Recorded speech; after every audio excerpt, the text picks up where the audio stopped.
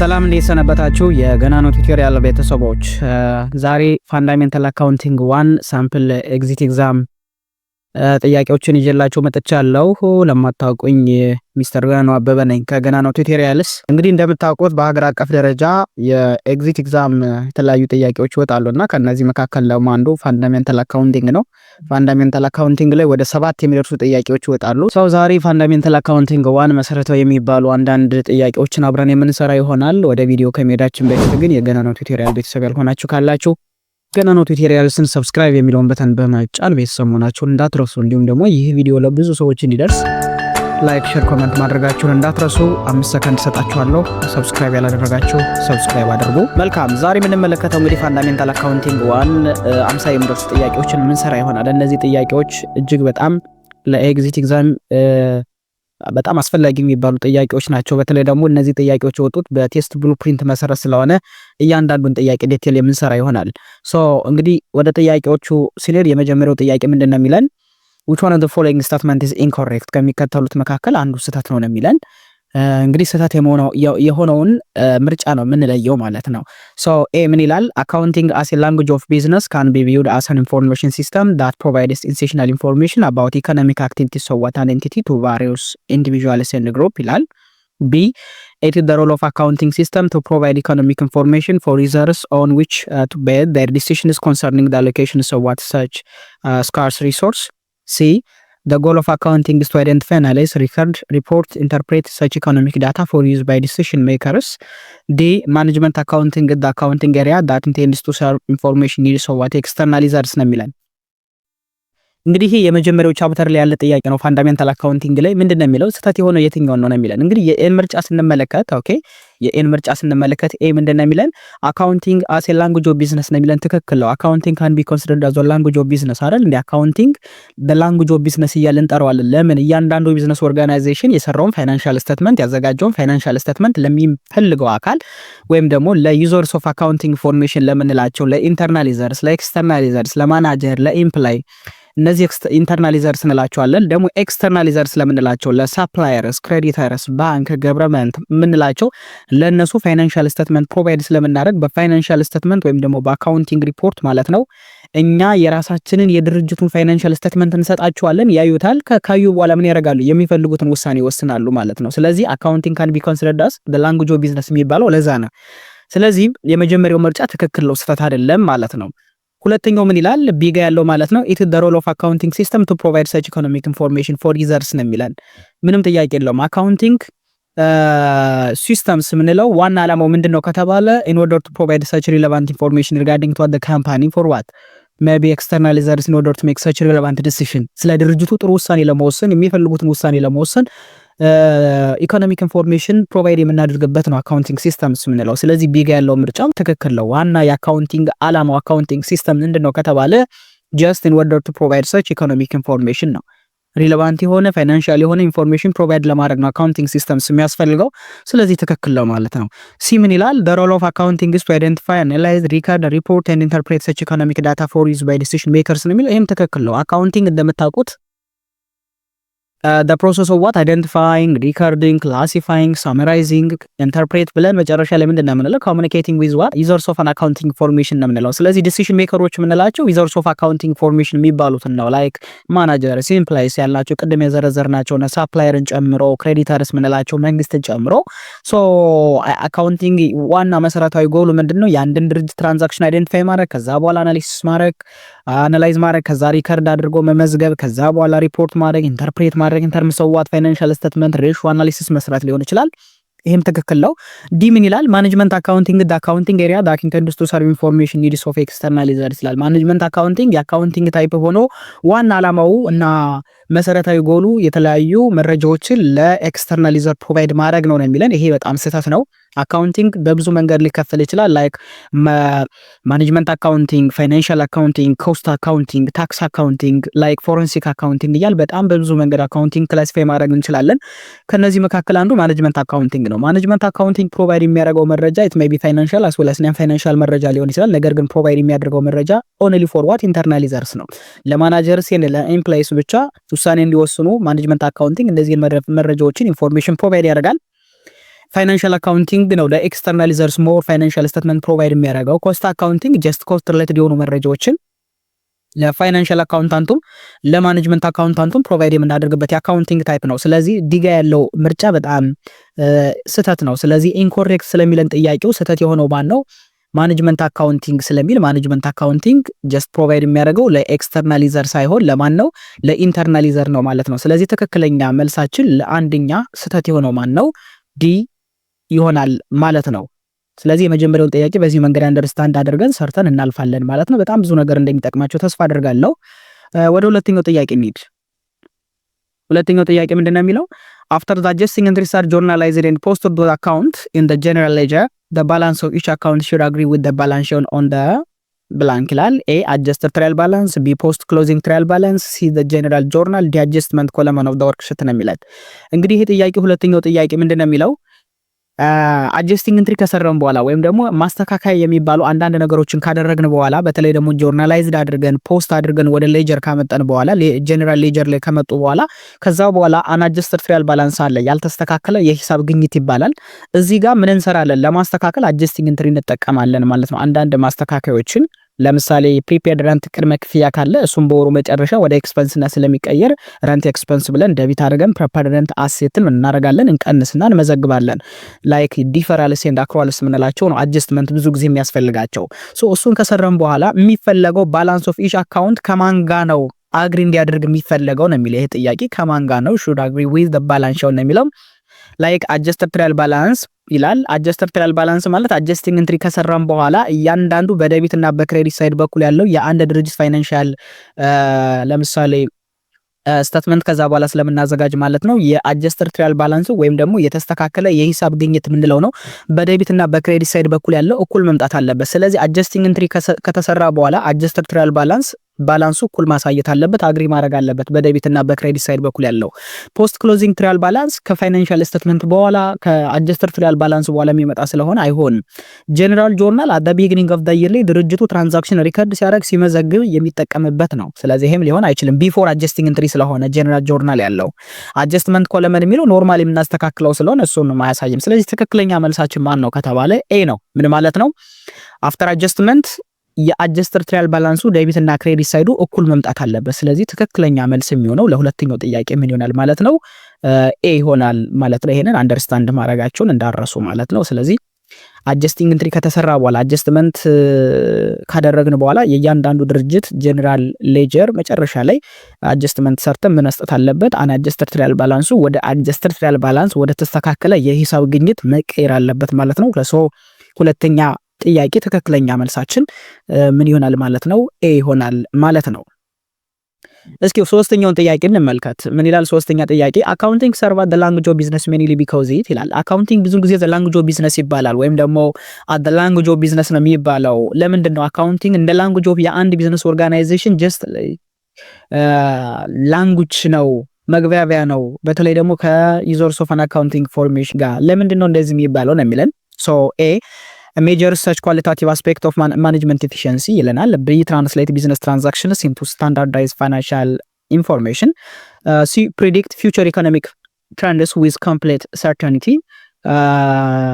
D focuses exclusively on cost reduction and budget control. እንግዲህ አካውንቲንግ the language of business የሚባለው በጣም መሰረታዊ የሚባለው ቅድም አንዳንድ ነገሮችን ለማንሳት ሞክረናልና ለምንድን ነው ቢባል በጣም ብዙ ነገሮችን ማንሳት እንችላለን። ሶ የመጀመሪያው ለምሳሌ ምን ይላል? ሜጀር ኳሊታቲቭ አስፔክት ኦፍ ማናጀሪያል ኤፊሺየንሲ ይላል። በጣም ማናጀሪያል ኤፊሺየንሲ ላይ ጀስት ሰች ኳሊታቲቭ የምንላቸው በገንዘብ ኤክስፕረስ ሊደረጉ የማይችሉ ላይክ ለምሳሌ የማናጀሩን ፊሊንግ ሊሆን ይችላል፣ የማናጀሩን ብቃት ሊሆን ይችላል። አንዳንድ ጋር ከኤፊሺየንሲ ጋር የሚገናኙ ነገሮችን ሜጀር ስለሚያደርግ ነው የሚለው። ይሄ በጣም ስህተት ነው። አካውንቲንግ በተፈጥሮ የአንድን ማናጀር ኤፊሺየንሲ ጀስት እንደዚህ አይነት ነገሮችን ኳሊታቲቭ የሆኑ አስፔክቶችን ማኔጅመንት አካውንቲንግ ሜጀር ያደርግልናል። ግን ይሄን ስለሚለካ ነው የሚለን። ይሄ አይደለም ላንጉዌጅ ኦፍ ቢዝነስ የተባለበት አንዱ መሰረታዊ ጉዳይ ይሄ አይደለም። ቢ ምን ይላል? ቢ ምንድነው የሚለው?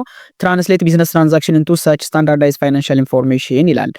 ቢ በጣም ትክክል ነው። አካውንቲንግ ዘ ላንጉዌጅ ኦፍ ቢዝነስ እንዲባል ዋና መሰረታዊ የሆነ ምክንያቱ እንዲባል ያስደረገው ምንድነው ከተባለ እያንዳንዱ በድርጅቱ የሚፈጸሙ ግብይቶች ኦኬ ትራንዛክሽንስ ቢዝነስ ትራንዛክሽንስ ኢኮኖሚክ ኢቨንትስ ምንላቸው መግዛት መሸጥ ምንላቸው እያንዳንዱን ትራንዛክሽን ከዛስ ስታንዳርዳይዝ በሆነ መንገድ ሲስተማቲክ በሆነ መንገድ ሪከርድ አድርገን አይደንቲፋይ አድርገን እያንዳንዱን ነገር አስተካክለን መጨረሻ ላይ ወጥነት ያለው የተስተካከለ የሂሳብ ግኝት አድርገን ፋይናንሻል ኢንፎርሜሽን የሚባል ፋይናንሻል ስቴትመንት የሚባል ፋይናንሻል አውትፑት ወይም ደግሞ ፋይናንሻል ሪፖርት የሚባል ነገር የድርጅቱን ኦልሬዲ አዘጋጅተን ለሚጠቀመው አካል ያ ማለት ዩዘርስ ኦፍ አካውንቲንግ ኢንፎርሜሽን ለምንላቸው ግለሰቦችና ተቋማት ስለምንሰጥ አካውንቲንግ ካን ቢ ኮንሲደርድ ዘ ላንጉዌጅ ኦፍ ቢዝነስ ይባላል። ስለዚህ ዲጋ ያለው ምርጫ በጣም ትክክል ነው። ሲ ምን ይላል? አካውንቲንግ ዘ ላንጉዌጅ ኦፍ ቢዝነስ እንዲባል ያስደረገው ጀስት ፕሪዲክት ሰች ፊውቸር ኢኮኖሚክ ትሬንድ ሶ ዋት ዊዝ ዘ ኮምፕሌክስ ሰርተኒቲ ይላል። አካውንቲንግ ዘ ላንጉዌጅ ኦፍ ቢዝነስ እንዲባል ዋና ምክንያቱ የድርጅቱን አንዳንድ ሰች ኢኮኖሚክ ትሬንዶችን ኢኮኖሚክ ኢቨንቶችን ፕሪዲክት ስለሚያደርግ ነው የሚለን። ይሄ በጣም ስህተት ነው። ላንጉዌጅ ኦፍ ቢዝነስ አያስብልም። ይሄ ፎከስ ኤክስክሉሲቭሊ ኦን ኮስት ሪዳክሽን እና በጀት ኮንትሮል ላይ ስለሚሰራ ነው የሚልም። ይሄም በጣም ስህተት ነው። ስለዚህ አካውንቲንግ ዘ ላንጉዌጅ ኦፍ ቢዝነስ የሚባልበት መሰረታዊ የሆነ ምክንያት ምንድነው ከተባለ አካውንቲንግን ተጠቅመን መሰረታዊ የተባሉ የድርጅቱን ፋይናንሻል ስቴትመንቶች ለዩዘርስ ኦፍ አን አካውንቲንግ ኢንፎርሜሽን ፕሮቫይድ ስለምናደርግ ስለምንግባባ ነው። ጀስት እኛ ፕሮቫይድ እናደርጋለን ፋይናንሻል ሪፖርት፣ እነሱ ይመለከታሉ፣ የሚፈልጉት ውሳኔ ይወስናሉ። ለምሳሌ ስለ ብድር ከሆነ እኛ ብድር የምንጠይቅ ከሆነ ባንክ የኛን ፋይናንሻል ስቴትመንት ያህል ኮላተራል መኖሩን ቼክ ያደርጋል። ከዛ አስፈላጊ ብሩ ከሆነና የኛን ፋይናንሻል ስቴትመንት የሚያምንበት ከሆነ ምን ያደርጋል? ገንዘብ ያበድራል። መንግስት የኛን ኢንካም ስቴትመንት ይፈልጋል። ለምን? ያዘጋጀነው ኢንካም ስቴትመንት ስህተት መኖሩን አለመኖሩን ለማረጋገጥ። ከዛስ ካየ በኋላ ግብሩ መጭበርበር አለመጭበርበሩን ቼክ ያደርግና የሚፈልገውን ሜጀርመንት ይወስዳል ማለት ነው። ስለዚህ አካውንቲንግ ሰርቭ አት ዘ ላንጉዌጅ ኦፍ ቢዝነስ የተባለበት ትክክለኛ ምክንያት ቢ ይሆናል ማለት ነው። ይሄንንም በዚህ መንገድ አንደርስታንድ ማድረግ እንችላለን። እስኪ ወደሚቀጥለው ጥያቄ እንሂድ። አራተኛ ጥያቄ ምንድነው የሚለን? ፐርፎርሚንግ ሰርቪስ ኦን አካውንት ዊል ሃቭ ዘ ፎሎዊንግ ኢፌክትስ ኦን ዘ ኮምፖነንትስ ኦፍ ዘ ቤዚክ አካውንቲንግ ኢኩዌሽን ይለናል። ኤ ኢንክሪዝ አሴት ኤንድ ዲክሪዝ ኢኩዊቲ፣ ቢ ኢንክሪዝ አሴትስ ኤንድ ኢንክሪዝ ኢኩዊቲ፣ C increase asset and increase liability, D increase liability and increase equity ነው የሚለው። እንግዲህ አራተኛው ጥያቄ ምንድነው የሚለው? ፐርፎርሚንግ ሰርቪስ ኦን አካውንት ማለት ነው አንድ ድርጅት ወይም ደግሞ አንድ ቢዝነስ ኦርጋናይዜሽን የተለያዩ አገልግሎቶችን ኦን አካውንት ወይም ደግሞ በክሬዲት በዱቤ አገልግሎት ቢሰጥ ገንዘብ ሳይቀበል አገልግሎት ሰጠ ደን ይሄ ምን አይነት ኢፌክት ሊኖረው ይችላል? በተለይ ደግሞ ቤዚክ አካውንቲንግ ኢኩዌሽንስ አሴት ሊያቢሊቲ ኤንድ ካፒታል ወይም ደግሞ ኢኩዊቲ በመንለው መሰረታዊ ሪል አካውንት የምንላቸው የአንድ ድርጅት አካውንቶች ናቸውና እዚህ ጋር ያለው ኢፌክት ምንድነው ነው የሚለን። እንግዲህ አንድ ድርጅት ሰርቪስ ኦን አካውንት ወይም ደግሞ ሰርቪስ ኦን ክሬዲት ፐርፎርም የሚያደርግ ከሆነ አገልግሎት ገንዘብ ሳይቀበል በዱቤ የሚሰጥ ከሆነ ሁለት ነገሮችን ይጨምራል። በተለይ አክሩዋል ቤዝ ኦፍ አካውንቲንግን እዚህ ጋር መጠቀም አለብን። ኢንተርናሽናል ፋይናንሻል ሪፖርቲንግ ስታንዳርድ ወይም ደግሞ አይኤፍአርኤስም ሪኮመንድ ስለሚያደርግ እንግዲህ ይሄ ድርጅት አገልግሎት ሰጥቷል። ስለዚህ አገልግሎት ከሰጠ የድርጅቱ አካውንት ሪሲቨብል ተሰብሳቢ ገንዘብ የሚባለው ነገር ምን ያደርጋል? ይጨምራል። ምክንያቱም አካውንት ሪሲቨብል አሴት ነው። ስለዚህ አሴት ይጨምራል።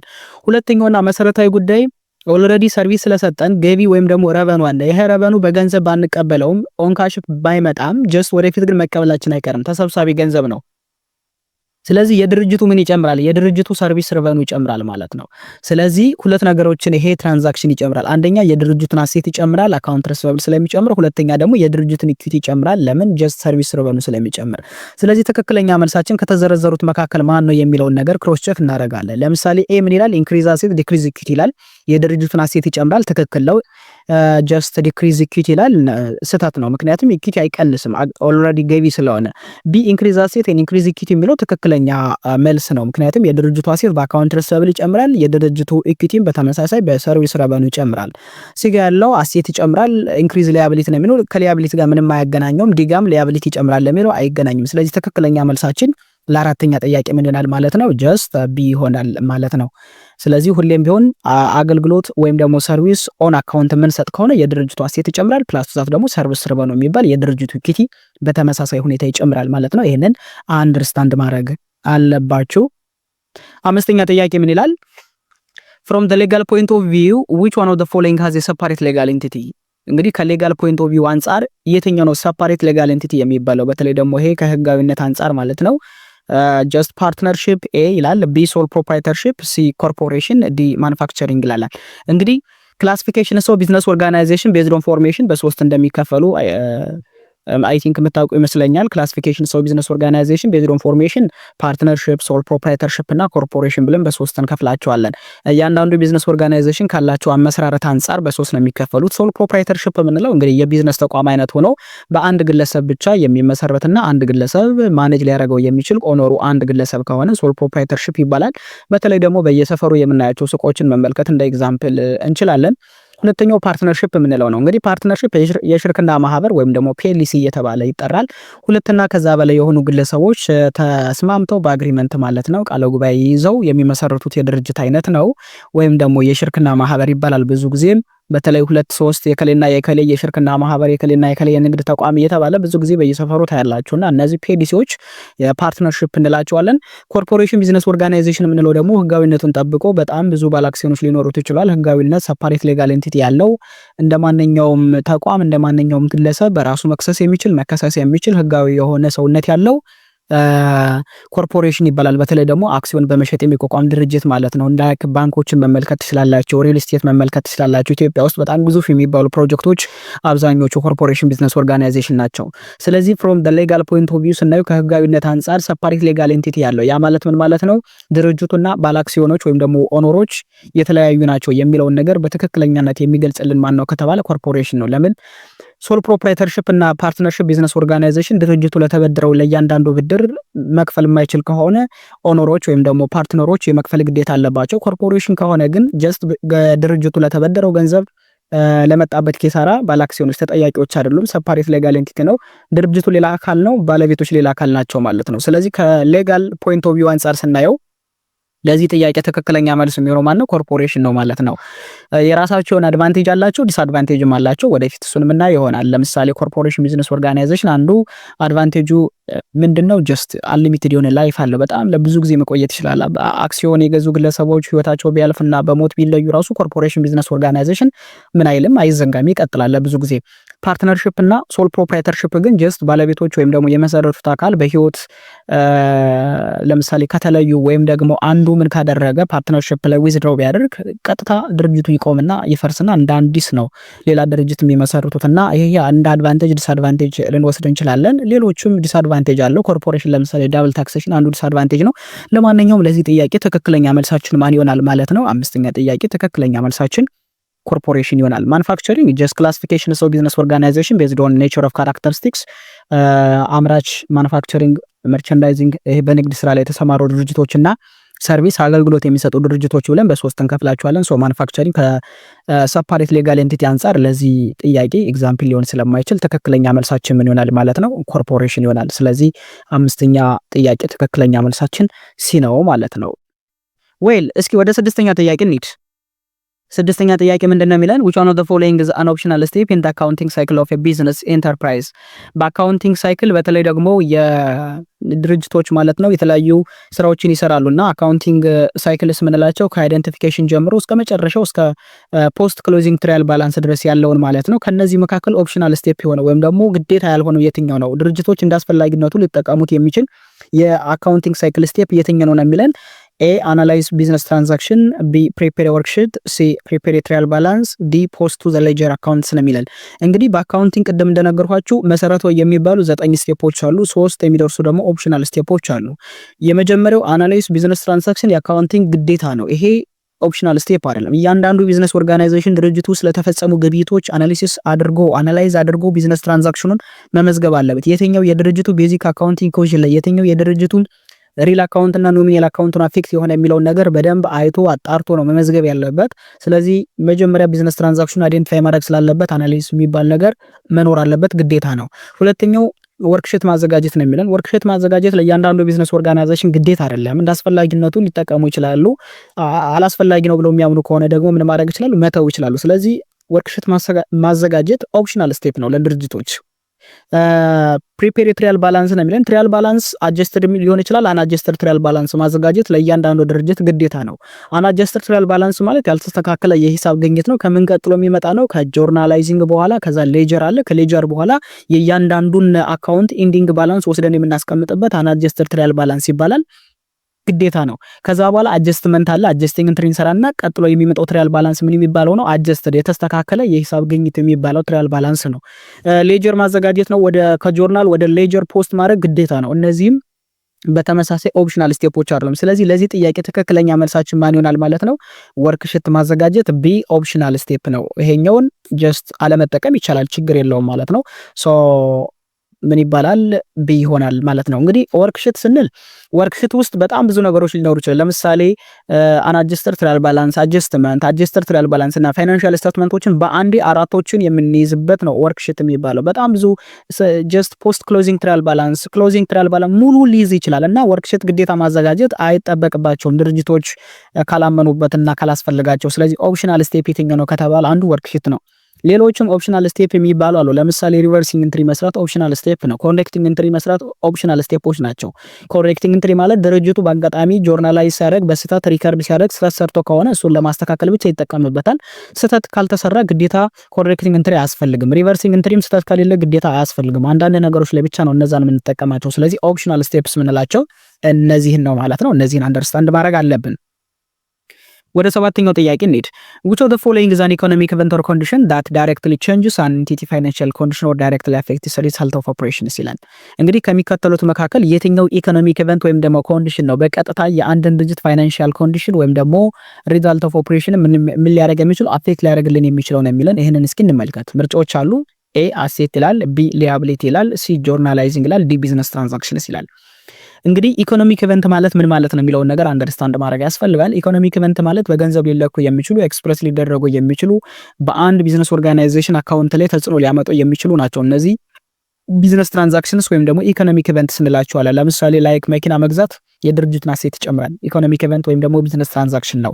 ሊያቢሊቲ ለምሳሌ ዕዳ መክፈል የድርጅቱን ካሽ ይቀንሳል፣ በተመሳሳይ የድርጅቱ ዕዳም ይቀንሳል፣ ይሄም ትራንዛክሽን ነው።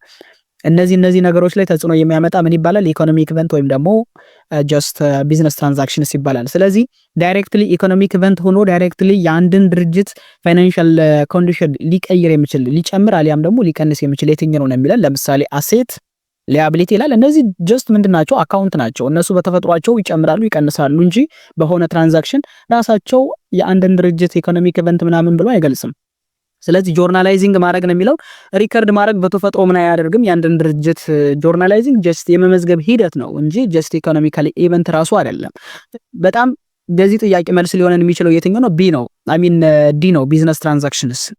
ለዚህ ጥያቄ ትክክለኛ መልሳችን ቢዝነስ ትራንዛክሽን ነው። ቢዝነስ ትራንዛክሽን ማለት ኢኮኖሚክ ኢቨንትስ ምንለው የግብይት ነው። ሰው ቢዝነስ ትራንዛክሽን አንድ ቢዝነስ ኦርጋናይዜሽን ላይ ካለ የድርጅቱን ፋይናንሻል ኮንዲሽን ላይክ ለምሳሌ ሪዛልት ኦፍ ኦፕሬሽን ላይ የመጣ ማለት ነው የድርጅቱን አሴት አሊያም ሊያቢሊቲ አሊያም ደግሞ ኢኩዊቲን በቀጥታ ረቨኑ ኤክስፐንስ ምንላቸው ነገር ወይ ይጨምራል አሊያም ደግሞ ይቀንሳል። ሰው ግብይት ካለ ሁሌም በድርጅቱ ፋይናንሻል ኮንዲሽን ላይ ተጽዕኖ ያመጣል። ስለዚህ ለዚህ ጥያቄ ትክክለኛ መልሳችን ዲ ቢዝነስ ትራንዛክሽንስ ይሆናል ማለት ነው። ሰባተኛውን ጥያቄ በዚህ መልኩ መስራት እንችላለን። ሁሌም ኢኮኖሚክ ኢቨንትስ ወይም ደግሞ ቢዝነስ ትራንዛክሽን የድርጅቱን ፋይናንሻል ኮንዲሽን ይቀይራል። ሊጨምር ይችላል፣ ሊቀንስ ይችላል እንደየ ቢዝነስ ትራንዛክሽኑ አይነት ማለት ነው። ይሄንን አንደርስታንድ ማድረግ አለብን። ስምንተኛ ጥያቄ እንመልከት። which of the following event is not a business transaction? ከሚከተሉት መካከል የድርጅቱ ኢኮኖሚክ ኢቨንት ወይም ደግሞ ቢዝነስ ትራንዛክሽን ያልሆነው የትኛው ነው የሚለን። ኦኬ እንግዲህ የቢዝነስ ትራንዛክሽን ወይም ደግሞ ኢኮኖሚክ ኢቨንት ሲባል ምንድነው የሚለውን ነገር አንደርስታንድ እናደርጋለን። ቢዝነስ ትራንዛክሽን ወይም ደግሞ ኢኮኖሚክ ኢቨንት ማለት የድርጅቱን ፋይናንሻል ኮንዲሽን የማይቀይር ማለት ነው፣ ለውጥ የማያመጣ አሴት ላይ፣ ሊያቢሊቲ ላይ፣ ኢኩዊቲ ላይ፣ ረቨኑ ኤክስፐንስ ላይ በቀጥታ ተጽዕኖ መቀነስም መጨመርም ሊሆን ይችላል። የማይጨምር የማይቀንስ በገንዘብ የማይለካ የትኛው ነው የሚለን። ይሄ ኢኮኖሚክ ኢቨንት ወይም ደግሞ ቢዝነስ ትራንዛክሽን ያልሆነውን እንለያለን። ምርጫዎች አሉ። ኤ ምን ይላል? ኢንቨስትመንት ኦፍ ካሽ ባይ ዘ ኦነር። ኦኬ ድርጅቱን የመሰረተው ባለቤት ካሽ ኢንቨስት ቢያደርግ ድርጅቱ ላይ የድርጅቱ ካሽ ይጨምራል፣ ምንም ጥያቄ የለውም። ቢዝነስ ትራንዛክሽን ነው ማለት ነው። በተመሳሳይ ቢ ምን ይላል? ጀስት ሂድ አን ኢምፕሎይስ ኢን ዘ ቢዝነስ፣ ለድርጅቱ ሰራተኞችን መቅጠር ይላል። ለድርጅቱ ሰራተኞችን መቅጠር ትራንዛክሽን አይደለም፣ ኢኮኖሚክ ኢቨንት አይደለም። ኦኬ ሰራተኛ ቀጣር። ስለዚህ ምንም የድርጅቱ ፋይናንሻል ስቴትመንት ላይ ለውጥ የሚያመጣው ነገር የለም። ነገር ግን ለድርጅቱ ሰራተኛዎች ለተቀጠሩት ማለት ነው ከአንድ ወር በኋላ ደሞዝ ምንከፍል በቀጥታ ደሞዝ ሳላሪ ኤክስፐንስ ወይም ደግሞ ሳላሪ ፔብልስ በቀጥታ ምን ያደርጋል? የድርጅቱን ፋይናንሻል ኮንዲሽን አፌክት ያደርጋል። ኦኬ አት ዘ ቢጊኒንግ ኦፍ ዘ ይር ላይ ሰራተኛ ኖርማሊ መቅጠር ግን ምን አይደለም? ኢኮኖሚክ ኢቨንት አይደለም። ሰራተኛ መቅጠር ኢኮኖሚክ ኢቨንት አይደለም፣ ምክንያቱም ምንም አይነት ኢፌክት ስለሌለው። ኢንከርድ ዩቲሊቲ ኤክስፐንስ ፎር ዘ መንዝ፣ የተለያዩ የመብራት የውሃ ምንላቸውን ወጪዎች ትሪክ ኤክስፐንስ እንላቸዋለን። ድርጅቱ ከከፈለ ምንም ጥያቄ የለውም የድርጅቱ ኤክስፐንስ ይጨምራል፣ ፕላስ ዛት ደግሞ የድርጅቱ ካሽ ይቀንሳል። ስለዚህ ይሄም ቢዝነስ ትራንዛክሽን ነው። ዲ ምን ይላል? earn revenue from service provided አገልግሎት ሰጠን ከአገልግሎት የሚገኝ ገቢ ይላል። ይሄም ቢዝነስ ትራንዛክሽን ነው። ለምን አገልግሎት ሰጠናል፣ ከዛ ገንዘብ ተቀብለን ትራንዛክሽን ግብይት ተፈጽሟል ማለት ነው። በዚህ ሂደት ደግሞ የድርጅቱ ካሽ ይጨምራል፣ ፕላስ ዛት የድርጅቱ revenue ይጨምራል ማለት ነው። ስለዚህ ስምንተኛ ጥያቄ ትራንዛክሽን ያልሆነው የትኛው ነው ከተባለ ሰራተኛ መቅጠር የሚለው ቢ ትክክለኛ መልሳችን ይሆናል ማለት ነው። ይሄንን አንደርስታንድ ማድረግ አለብን ማለት ነው። ወደ ዘጠነኛው ጥያቄ እንለፍ እስኪ። ዘጠነኛ ጥያቄ ምንድነው የሚለን? which one of the following is a resource that a business organization owns and possess that the capacity to provide future service or economic benefits የሚለው ከሚከተሉት መካከል እንግዲህ የአንድ ድርጅት ሪሶርስ ወይም ደግሞ ሀብት ሆኖ ወደፊት ጥቅም ሊሰጥ የሚችል የአንድ ድርጅት ሪሶርስ ምንድነው ነው የሚለን? ኤ ካፒታል፣ ቢ አሴት፣ ሲ ሊያቢሊቲ፣ ዲ ኢኩዊቲ ነው የሚለን። እንግዲህ የድርጅቱ ምን ሆኖ የድርጅቱ ሪሶርስ ሆኖ ቢዝነስ ኦርጋናይዜሽኑ ኦን የሚያደርገው የሚቆጣጠረው ኮንትሮል የሚያደርገው ኦኬ በድርጅቱ ቁጥጥር ስር ያለ ወደፊት ደግሞ ምን የሚሰጥ ፊውቸር ኢኮኖሚክ ቤኔፊት ሊያመጣ የሚችል ምን ይባላል? ይሄ እንግዲህ በቀላሉ አሴት ይባላል ወይም ደግሞ ሀብት ይባላል። ኦኬ ሀብት ይባላል። ሶ ትክክለኛ መልሳችን ቢ ነው። ካፒታል እና ኢኩዊቲ ተመሳሳይ ናቸው። ካፒታል እና ኢኩዊቲ ጀስት የአንድ ድርጅት ምንድናቸው? ላይክ ፐርማነንት ኢንቨስትመንትስ ባይ ዘ ኦነርስ ሊሆን ይችላል። ለምሳሌ ኦርዲናሪ ሼር የባለ አክሲዮኖች ድርሻ ሊሆን ይችላል ኤንድ አዘርስ። ይሄ ተቀማጭ ኢኩዊቲ የተጣራ አንጡራ ሀብት ይባላል። የድርጅቱን ፊውቸር ኢኮኖሚክ ቤኔፊት ሊያመጡ የሚችሉ ግን የድርጅቱ ሀብቶች ይባላሉ። ለምሳሌ መኪና፣ ቤት፣ ካሽ፣ ኢንቨንተሪ፣ አካውንት ሪሲቨብል ምንላቸው እነዚህ በሙሉ ምን ይዘው የሚመጡ ናቸው? ኢኮኖሚክ ቤኔፊት ጀነሬት ሊያደርጉ የሚችሉ የድርጅቱ ሀብቶች ወይም ደግሞ አሴት ናቸው። ሊያቢሊቲ ፊውቸር ኢኮኖሚክ ቤኔፊት አያመጣም። ጀስት የድርጅቱን የወደፊት የሚከፈል ስለሆነ እንዲሁም የድርጅቱን አሴት የሚቀንስ ነው። ኢኩዊቲ እና ካፒታል ተመሳሳይ ስለሆነ ምንም ማብራራት አያስፈልግም። ሰው ለዚህ ጥያቄ ትክክለኛ መልሳችን ቢ ይሆናል ማለት ነው። አስረኛ ጥያቄ እንመልከት። ደስታ ዲሳይድ ቱ ኦፕን ኮምፒውተር ሰርቪስ ካምፓኒ ኦን ሴፕተምበር 1 2014 ሂ ኢንቨስት አራውንድ euro 60,000 cash in the business in exchange for what euro 60,000 for ordinary shares. this transaction is resulting ይላል። እንግዲህ ደስታ የሚባል ግለሰብ ማለት ነው የኮምፒውተር ሰርቪስ ካምፓኒ መክፈት ነው የፈለገውና መስከረም 1 2014 ላይ ይሄ ግለሰብ ወደ 60,000 የሚጠጋ ገንዘብ ለዚህ ድርጅት ምን ያደርጓል? ወደ 60,000 ዩሮ ማለት ነው ኢንቨስት አድርጎ ለ60,000 ኦርዲናሪ ሼር ወስዷል። እንግዲህ አጠቃላይ ማለት ነው ኦርዲናሪ ሼር ማለት አክሲዮን ማለት ነው። አክሲዮን የወሰደው ገንዘብ ሰጥቶ ስለዚህ ይሄ ትራንዛክሽን ምንድነው አፌክት የሚያደርገው ወይም ደግሞ ያደረገው ነው የሚለን። ስለዚህ ኤ ኢንክሪዝ አካውንት ሪሲቨብል ይላል፣ ቢ ኢንክሪዝ ሊያቢሊቲ አካውንት፣ ሲ ኢንክሪዝ ኢኩዊቲ አካውንት፣ ዲ ኢንክሪዝ ኢኩዊፕመንት ይላል። እንግዲህ ይሄ ደስታ የሚባለው ግለሰብ ማለት ነው ወደ 60,000 አጠቃላይ ካሽ ማለት ነው ድርጅቱ ምን ካደረገ ኦልሬዲ ከከፈለና ሸር ከወሰደ የጨመረው ምንድነው ከተባለ አንደኛ የድርጅቱ ምን ጨምሯል የሚለውን ነገር አንደርስታንድ ማድረግ አለብን። ኦኬ ሶ ድርጅቱ እንግዲህ 60,000 አጠቃላይ ገንዘብ ስለተቀበለ የድርጅቱ ካሽ በ60,000 ይጨምራል፣ ምንም ጥያቄ የለውም። ፕላስ ዛት ደግሞ የድርጅቱ ኦርዲናሪ ሼር ወይም ደግሞ ኢኩዊቲ በስንት ይጨምራል ማለት ነው? በ60,000 ይጨምራል። ከተዘረዘሩት መካከል አሴትና ኢኩዊቲ ጨምሯል የሚል ካለ ትክክለኛ መልስ ይሆናል ማለት ነው። ሶ ለምሳሌ የመጀመሪያው ኢንክሪዝ አካውንት ሪሲቨብል ይላል፣ ስህተት ነው። አካውንት ሪሲቨብል ማለት ምን ማለት ነው ብያለሁ ቅድም? የዱቤ ሽያጭ ማለት ነው ወይም ደግሞ ተሰብሳቢ ገንዘብ ማለት ስለሆነ ምንም እዚህ ጋር ደስታ በዱቤ ሰጠ የሚል ነገር ስለሌለ መልስ ሊሆን አይችልም። ኢንክሪዝ ሊያቢሊቲ አካውንት ነው የሚለው ኖ ደስታ ኦልሬዲ ኢንቨስት ነው እንጂ ያደረገ ምን አላደረገም፣ ገንዘብ አልተበደረም። ስለዚህ ሊያቢሊቲን በተመሳሳይ አፌክት አይሆንም፣ መልስ አይሆንም። ሲ ምን ይላል? ኢንክሪዝ ኢኩዊቲ አካውንት ይላል፣ ኢኩዊቲ ጨምሯል ይላል። በጣም ትክክል ነው። ለምን 60,000 ምን ገዝቷል? ኦርዲናሪ ሼር ገዝቷል። ኦርዲናሪ ሼር በተፈጥሮ አክሲዮን ስለሆነ የአክሲዮን ድርሻ ደግሞ ኢኩዊቲን ምን ያደርጋል? ይጨምራል። ስለዚህ በቀጥታ የኢኩዊቲ አካውንትን ኢንክሪዝ ያደርጋል። ኢኩዊፕመንት ይላል፣ ኢኩዊፕመንት ኤክስ ነው የሚሆነው ምክንያቱም ካሽ ነው መጨመር ያለበት እንጂ ኢኩዊፕመንት አይደለም። ስለዚህ ትክክለኛ መልሳችን ማን ይሆናል ማለት ነው? ሲ ይሆናል ማለት ነው። ለአስረኛው ጥያቄ ትክክለኛ መልሳችን ሲ ይሆናል። በዚህ መንገድ አንደርስታንድ ማድረግ አለብን። ጆርናል ኢንትሪውን ስሩ ብንባል እንዴት አድርገን እንሰራለን? ጆርናል ኢንትሪ ስሩ ብንባል ጀስት አንደኛ የድርጅቱ ካሽ በስንት ይጨምራል? በ60,000 ይጨምራል። ሁለተኛ ደግሞ ኦርዲናሪ ሼር በተመሳሳይ በስንት ይጨምራል? ክሬዲት አድርገን በ60,000 እንጨምርና ይሄንን ትራንዛክሽን መስራት እንችላለን። ስለዚህ ኤኒዌይስ ግን ትክክለኛ መልሳችን የድርጅቱ ኢኩዊቲ በስንት ይጨምራል ማለት ነው? በ60,000 ይጨምራል የሚለውን ነገር አንደርስታንድ ማድረግ አለብን ማለት ነው። ኦኬ ወደ 11ኛው ጥያቄ እንለፍ። 11ኛው ጥያቄ ምንድነው የሚለው? ሄሎ ካምፓኒ ባይስ 30,000 car on credit the transaction will affect the statement ይላል። እንግዲህ ሄሎ የሚባል ካምፓኒ ማለት ነው በ$30,000 ምንድነው መኪና ነው እንግዲህ የገዛው ግን ኦን ክሬዲት ነው ማለት በዱቤ ነው የገዛው። ገንዘብ አልተከፈለም። የመኪናው ዋጋ ግን 30,000 ነው። $30,000 ያወጣል መኪናው። የተገዛው ግን በዱቤ ነው። ገንዘብ አልተከፈለም አሁን ላይ። ሶ ይሄ ትራንዛክሽን ምንድነው አፌክት የሚያደርገው ነው የተባለው። አፌክት ያደረገው ይሄ ግብይት ምንድነው ነው የሚለን ኤ ኢንካም ስቴትመንት፣ ቢ ስቴትመንትስ ኦፍ ፋይናንሻል ፖዚሽን፣ ሲ ኦነር ሴኩሪቲ ስቴትመንት፣ ዲ ካሽ ፍሎው ስቴትመንት ስለሚለን እንግዲህ ይህንን ጥያቄ ለመስራት በመጀመሪያ ደረጃ እያንዳንዱ ፋይናንሻል ስቴትመንት ምንድነው የሚለው ነገር አንደርስታንድ ማድረግ ያስፈልጋል። እንግዲህ ሄሎ ካምፓኒ የገዛው ምንድነው መኪና ነው። የተገዛው መኪና ነው። የተገዛው ደግሞ በምንድነው በክሬዲት ኦኬ፣ በዱቤ ነው የተገዛው። ስለዚህ መኪና ምንድነው ከተባለ የድርጅት ምንድነው ፊክስድ አሴት ነው አይደል እንዴ? ስለዚህ አሴት ከሆነ ደግሞ የት ነው የሚመዘገበው ከተባለ ስቴትመንትስ ኦፍ ፋይናንሻል ፖዚሽን ወይም ደግሞ ምን ላይ ባላንስ ሺት ላይ ነው አይደል? መኪና አሴት የሚመዘገበው ዛጋ ነው።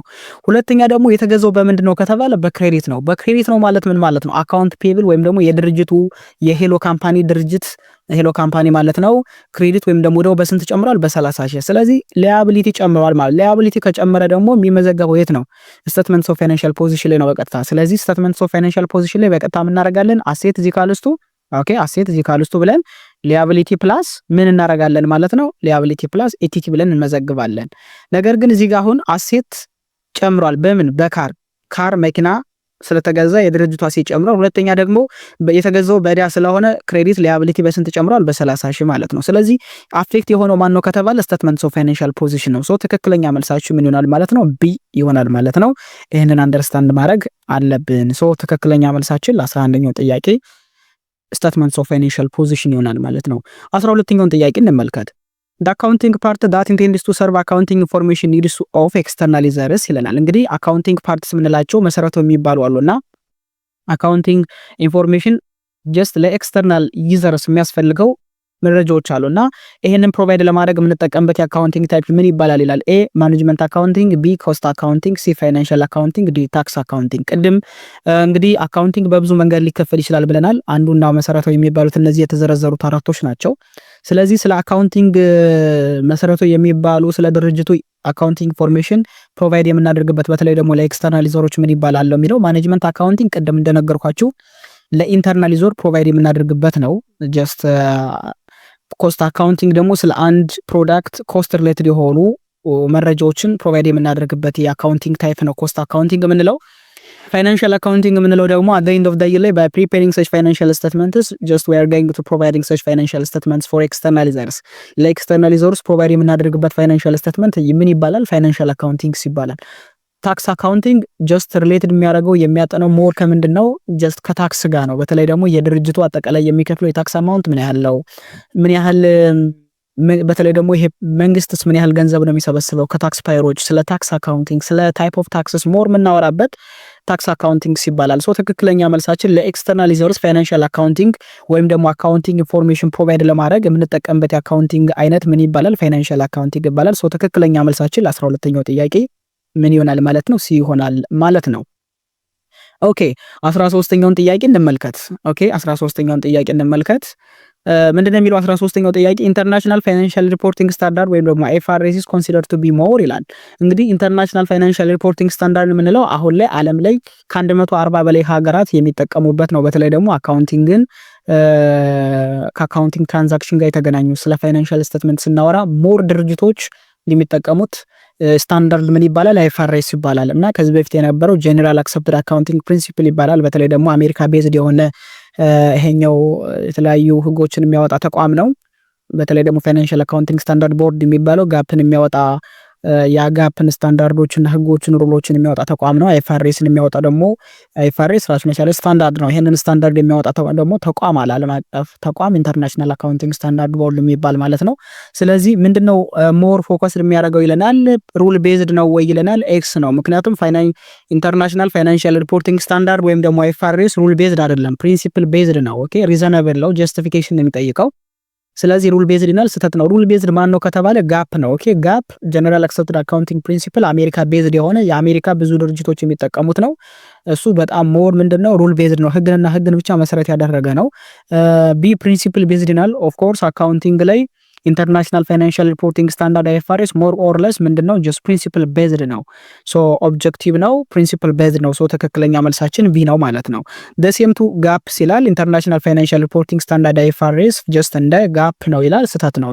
ጋፕ እና አይኤፍአርኤስ በጣም የሚለያዩበት በጣም ብዙ ስታንዳርዶች በጣም ብዙ የሩሎች ህጎች አሉና ትክክል አይደለም። ቤዝስ ኦን ጋይድላይን ይላል። በጋይድላይን ነው የሚለው ስህተት ነው። እንደውም ጋይድላይን ሞር ፎከስ አድርጎ የሚሰራ ህግ ላይ ማን ነው ቢባል ጋፕ ነው። ሶ ለዚህ ጥያቄ ትክክለኛ መልሳቸው ምን ይሆናል ማለት ነው? አይኤፍአርኤስ ኢዝ ጀስት ፕሪንሲፕል ቤዝድ ነው የሚለውን ነገር አንደርስታንድ ማድረግ አለብን። በተረፈ ደግሞ ጎግል እያደረጋችሁ መመልከት ትችላላችሁ። አንዳንድ ነገሮችን ስለ አይኤፍአርኤስ መመልከት ትችላላችሁ። በጣም ብዙ ስታንዳርዶች አሉ፣ 41 ስታንዳርዶች አሉ። እንዲሁም ደግሞ ኢንተርናሽናል አካውንቲንግ ስታንዳርድ የሚባሉት ደግሞ 16 የሚደርሱ አሉ። እነሱንም ገብታችሁ ማንበብ ትችላላችሁ። ኤኒዌይስ ግን 13ኛው ጥያቄ ትክክለኛ መልሳችን ቢ ነው ብለን እናልፋለን ማለት ነው። 14ኛውን ጥያቄ እስኪ እንመልከት። ኦኬ 14ኛውን ጥያቄ እንመልከት። 14ኛው ጥያቄ ምን ይላል? who are internal user of accounting information? የአካውንቲንግ ኢንፎርሜሽን ኢንተርናል ዩዘር ማን ነው ነው የሚለን የውስጥ ተጠቃሚ እንደማለት ነው። ኢንተርናል ዩዘርስ ቅድም ስላነሳ ነው። ኤ ገቨርንመንት ኤንድ ክሬዲተርስ፣ ቢ ማናጀርስ ኤንድ ኢምፕሎይስ፣ ሲ ካስተመር ኤንድ ሳፕላየርስ፣ ዲ ኢንቨስተር ኤንድ ባንክስ ይለናል። እንግዲህ አካውንቲንግ ኢንፎርሜሽን የሚጠቀሙ የአንድ ድርጅት ሰራተኞች አሊያም ደግሞ ማናጀር ነው ሊሆን የሚችለው። ሶ ኢንተርናል ዩዘር ስንል በድርጅቱ ውስጥ በቀጥታ የሚሰሩ ኦኬ ዳይሬክትሊ ኢንቮልቭ ኢን ዘ ማኔጂንግ ኤንድ ዳይሬክሽንስ ኦፍ ዋት ጊቨን ቢዝነስ ኦርጋናይዜሽን ዋት ዊ ኮል ኢት ኢንተርናል ዩዘርስ እንላቸዋለን። በድርጅቱ ውስጥ በቀጥታ ድርጅቱን ማኔጅ በማድረግ በማስተዳደር እንደውም ደግሞ እዛ ድርጅት ውስጥ በቀጥታ በመስራት የሚሳተፉ የትኛው ማኔጅ ዩዘርስ ኦፍ አን አካውንቲንግ ኢንፎርሜሽን ምን ይባላሉ? ኢንተርናል ዩዘርስ እንላቸዋለን። ላይክ ለምሳሌ ማናጀርስ ኤንድ ኢምፕላይስ፣ ማናጀርስ ላይክ ማኔጅ በማድረግ ይሳተፋል። ኢምፕላይስ ደግሞ ዳይሬክትሊ ኢንቮልቭ በማድረግ በመስራት ይሳተፋሉ። ስለዚህ እኒህ ሁለቶች ኢንተርናል ዩዘርስ እንላቸዋለን። ገቨርንመንት ኤንድ ክሬዲተርስ፣ ካስተመር፣ ሳፕላየርስ፣ ኢንቨስተርስ ኤንድ ባንክስ ምንላቸው ከድርጅቱ ውጭ ያሉ የዛን ድርጅት መረጃ የሚፈልጉ ተቋምና ግለሰቦች ናቸው። ስለዚህ እነዚህ ደግሞ ምን ይባላሉ? ኤክስተርናል ዩዘር ኦፍ አን አካውንቲንግ ኢንፎርሜሽን ይባላሉ። ሶ ትክክለኛ መልሳችን ለ14ኛው ጥያቄ ምን ይሆናል ማለት ነው? ቢ ማናጀርስ ኤንድ ኢምፕሎይስ የሚሆነው ትክክለኛ መልሳችን ነው ማለት ነው። ኦኬ 15ኛውን ጥያቄ እንመልከት። which of the following statement is false? 15ኛው ጥያቄ ምንድነው የሚለው? ከሚከተሉት መካከል false የሆነው የትኛው ነው የሚለን? A statements of cash flow summarize information about the cash inflow and such outflow or payment for a specific period of time. B statements of financial position report the asset liability equity at a specific date.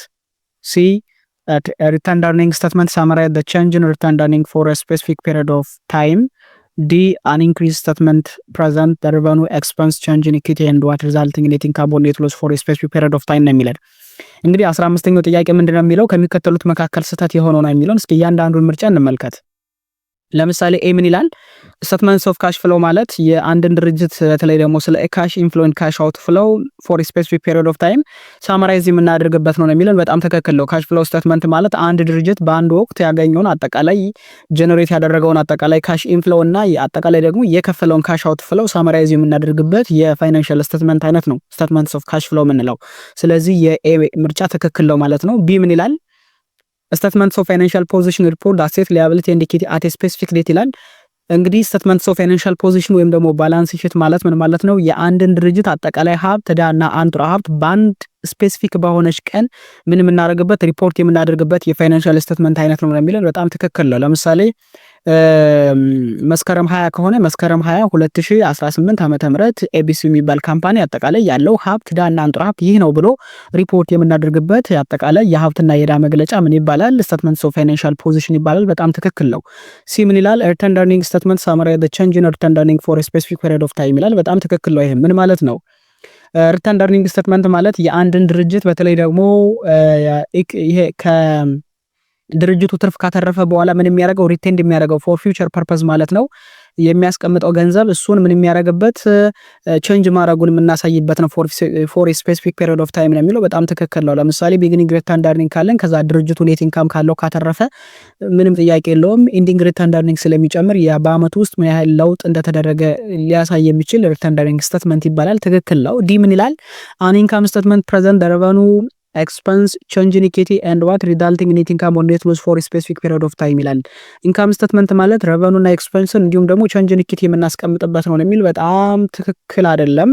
ረቨኑና ኤክስፐንስ ያስቀምጣል? አዎ ያስቀምጣል፣ ምንም ጥያቄ የለውም። ኢንካም ስቴትመንት አክቹዋሊ ኢት ኢዝ ኤ ታይፕ ኦፍ ፋይናንሻል ስቴትመንት ዊች ሰመራይዝ ዋት ዘ ረቨኑ ኤንድ ኤክስፐንስ ኦፍ ዘ ካምፓኒ የድርጅቱን ገቢና ወጪ የምናሰላበት ነው እንጂ ስለ ቼንጅ ኢን ኢኩዊቲ የምናወራበት አይደለም። ቼንጅ ኢን ኢኩዊቲ ከሆነ ያፍርሰዋል። ስለዚህ ምንድነው የሚለው ቼንጅ ኢን ኢኩዊቲን አብሮ እዚህ ጋር ስላለ ይላል። ቼንጅ ኢን ኢኩዊቲ ደግሞ ምን አይልም። ኦኬ ቼንጅ ኢን ኢኩዊቲ ጀስት ራሱን የቻለ ስቴትመንትስ ኦፍ ሪተርን ኤርኒንግ ላይ የምናገኘው ነው እንጂ ስለዚህ የምናወራ አይደለም። ሶ ትክክለኛ ስህተት የሆነው ምርጫ ምንድነው? ፎልስ የሆነው ማለት ነው ዲ ነው ማለት ነው። ዲ ቼንጅ ኢን ኢኩዊቲ የሚለው ስለሚያፍርሰው ትክክል አይደለም። ሶ 15ኛውን ጥያቄ በዚህ መንገድ ምን ማድረግ እንችላለን? መስራት እንችላለን ማለት ነው። ወደሚቀጥለው ጥያቄ እንለፍ። 16ኛ ጥያቄ ምንድነው የሚለው In accounting company initially record transactions in such chronological order. Here the phrase chronological order implies እንግዲህ በአካውንቲንግ ብዙ ድርጅቶች እያንዳንዱን ግብይት ወይም ደግሞ ትራንዛክሽን የሚመዘግቡት በቅደም ተከተል ነው። በቅደም ተከተል መመዝገብ እንዳለበትም ኢንተርናሽናል ፋይናንሻል ሪፖርቲንግ ስታንዳርድ ህጉ ያዛል። ስለዚህ በቅደም ተከተል ወይም ደግሞ such chronological order ማለት ምን ማለት ነው? ምንድነው ኢምፕላይ የሚያደርገው? ምንድነው የሚያሳየው ነው የሚለን ኤ the order of transaction based on their transaction size ባላቸው ሳይዝ ነው ወይ ይላል። ቢ the order in which business transactions occur እያንዳንዱ ግብይት በተፈጸመበት በቅደም ተከተል ነው ይላል። ሲ the sequence in which financial statement items are presented financial statement በቀረቡበት ፕሬዘንት በሆኑበት ኦርደር እና ቅደም ተከተል ነው ይላል። ዲ the serially ኦርደር ናምበር ኦፍ ሪካርድስ ዊዝ ትራንዛክሽን አፒርስ ይላል። ትራንዛክሽን የመዘገብንበት የተለያዩ ደረሰኞች አሉን በዛ ደረሰኝ ቁጥር ነው ወይ ይላል። ምንም ጥያቄ የለውም። እንግዲህ እያንዳንዱ ክሮኖሎጂካል ኦርደር መሆን አለበት ሲባል ምን ማለት ነው? በእያንዳንዱ ቢዝነስ ኦርጋናይዜሽን ላይ የተፈጸሙ ግብይቶች ቀናቸውን ጠብቀው በቅደም ተከተል መመዝገብ አለባቸው ማለት ነው። ቀናቸውን ጠብቀው ለምሳሌ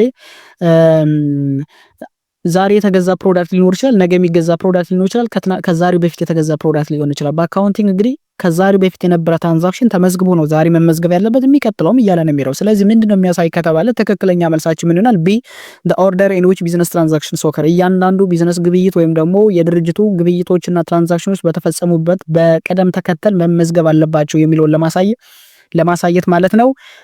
ጀስት ቢዝነስ ትራንዛክሽን መስት ቢ ሪከርድ መደረግ ያለበት ኢን ክሮኖሎጂካል ኦርደር ነው የሚባለው በዚህ ቅደም ተከተል ማየት ስለሚያስፈልግ ነው ማለት ነው። ይሄንን አንደርስታንድ ማድረግ አለብን። 17ኛ ጥያቄ ምን ይላል? አለሙ ጋርመንት ፔድ 19,000 to creditors on account the effect of this event in this enterprise resulting ይላል። አለሙ የሚባል ጋርመንት እንግዲህ 19,000 የሚጠጋ ገንዘብ ለአበዳሪዎች to creditors on account ማለት ለአበዳሪዎች ከፍሏል። አበዳሪዎች ክሬዲተርስ ምንላቸው አበዳሪዎችን ነው።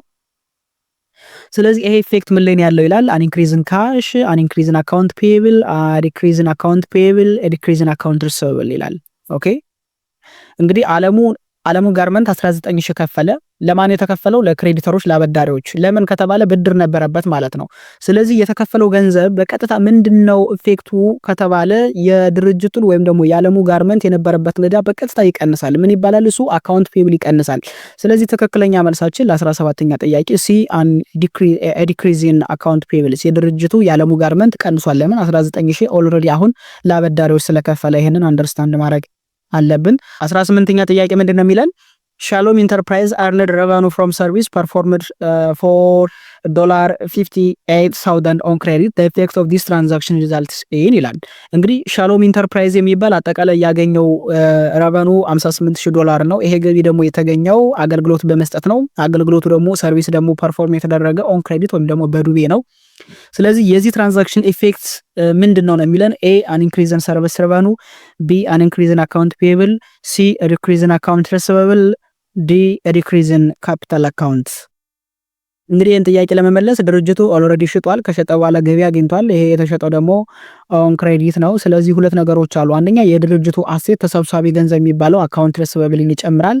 ሁለተኛ ደግሞ የድርጅቱን ገቢ ይጨምራል። ሰርቪስ ሪቨኑ የሚባለው ከተዘረዘሩት መካከል አካውንት ሪሲቨብል የሚጨምር ሰርቪስ ሪቨኑን በተመሳሳይ የሚጨምር ትራንዛክሽን ኢፌክት እዚህ ምርጫ ውስጥ ካለ ትክክለኛ መልስ ይሆናል። እናያለን። ለምሳሌ ኤ an increase in service revenue ይላል። የድርጅቱ የሻሎም ኢንተርፕራይዝ ገቢ በሰርቪስ ሪቨኑ ይጨምሯል ይላል። ትክክል ነው። ስለሸጠ ይጨምራል። an increase in account payable ለሚለው ከዳጋ የሚገናኝ ነገር ስለሌለ ምንም የድርጅቱ ዕዳ አይጨምርም አይቀንስም። ሲ a decrease in account receivable ይላል። በጣም ስህተት ነው። የድርጅቱ አካውንት receivable ይጨምራል እንጂ አካውንት ሪሰብል አልቀነሰም። ምክንያቱም አካውንት ሪሰብል ማለት ተሰብሳቢ ገንዘብ ነው። ድርጅቱ ሽጧል፣ ከሸጠ ደግሞ የሚሰበሰብ ገንዘብ ጨምሯል በዳ ስለተሸጠ በዱቤ ስለተሸጠ። ስለዚህም ስህተት ነው። ዲክሪዝ ኢን ካፒታል አካውንት ይላል፣ ስህተት ነው፣ ይጨምራል እንጂ አይቀነስም። ሰው ትክክለኛ መልሳችን ለ18ኛ ጥያቄ ምን ይሆናል ማለት ነው? ጀስት ኤ ይሆናል ማለት ነው። 19ኛ ጥያቄ እንመልከት። ዳብል ኢንትሪ ሲስተም ሚንስ ዳብል ኢንትሪ ሲስተም ማለት በአካውንቲንግ ምን ማለት ነው? ኤ ኢች ትራንዛክሽን አፌክት ዋን አካውንት፣ ቢ ኢች ትራንዛክሽን አፌክት ቱ ኦር ሞር አካውንትስ፣ ሲ ትራንዛክሽን ኦከር ትዋይስ፣ ዲ አካውንትስ አር ክሎዝድ ትዋይስ ነው የሚለን። እንግዲህ በአካውንቲንግ ዳብል ኢንትሪ ሲስተም ዳብል ማለት ሁለት ማለት ነው። ስለዚህ በአካውንቲንግ ዳብል ኢንትሪ ሲስተም ማለት እያንዳንዱ ግብይትና ትራንዛክሽን አትሊስት ሁለትና ከዛ በላይ የሆኑ አካውንቶችን አፌክት ማድረግ አለበት የሚል ነው ዳብል ኢንትሪ ሲስተም የምንለው። እንግዲህ ትክክለኛ መልሳችን ምን ይሆናል ማለት ነው? ቢ ኤች ትራንዛክሽን መስት ቢ አፌክት ቱ ኦር ሞር አካውንትስ የሚለው ትክክለኛ መልስ ይሆናል ማለት ነው። 20ኛ ጥያቄ እንመልከት። ቦሮዊንግ መኒ ፍሮም የባንክ አፌክት አካውንቲንግ ኮዥን ባይ አንድ ድርጅት ከባንክ ገንዘብ ቢበደር ኦኬ ምንድነው አፌክት የሚያደርገው? በተለይ ደግሞ አካውንቲንግ ኮዥን ላይ ነው የሚለን። ኤ ኢንክሪዚንግ አሴት ኤንድ ላያቢሊቲ፣ ቢ ዲክሪዚንግ አሴት ኤንድ ኢኩዊቲ፣ ሲ ኢንክሪዚንግ ኢኩዊቲ ኦንሊ፣ ዲ ዲክሪዚንግ ላያቢሊቲ ኦንሊ ነው የሚለን። እንግዲህ ቅድም ስለ ዳብል ኢንትሪ አሁን አውርተናል። ዳብል ኢንትሪ ሲስተም ማለት አንድ ትራንዛክሽን ቢያንስ ሁለትና ከዛ በላይ የሆኑ አካውንቶችን አፌክት ማድረግ አለባችሁ ስላል፣ ቦሮዊንግ ፍሮም ባንክ ማለት ከባንክ ገንዘብ መበደር ሁለት ነገሮችን ይጨምራል። አንደኛ የድርጅቱን እዳ ይጨምራል። ሁለተኛ ደግሞ ስለተበደረ ካሽ ስለሚያገኝ የድርጅቱ ካሽ ወይም ደግሞ አሴት ይጨምራል።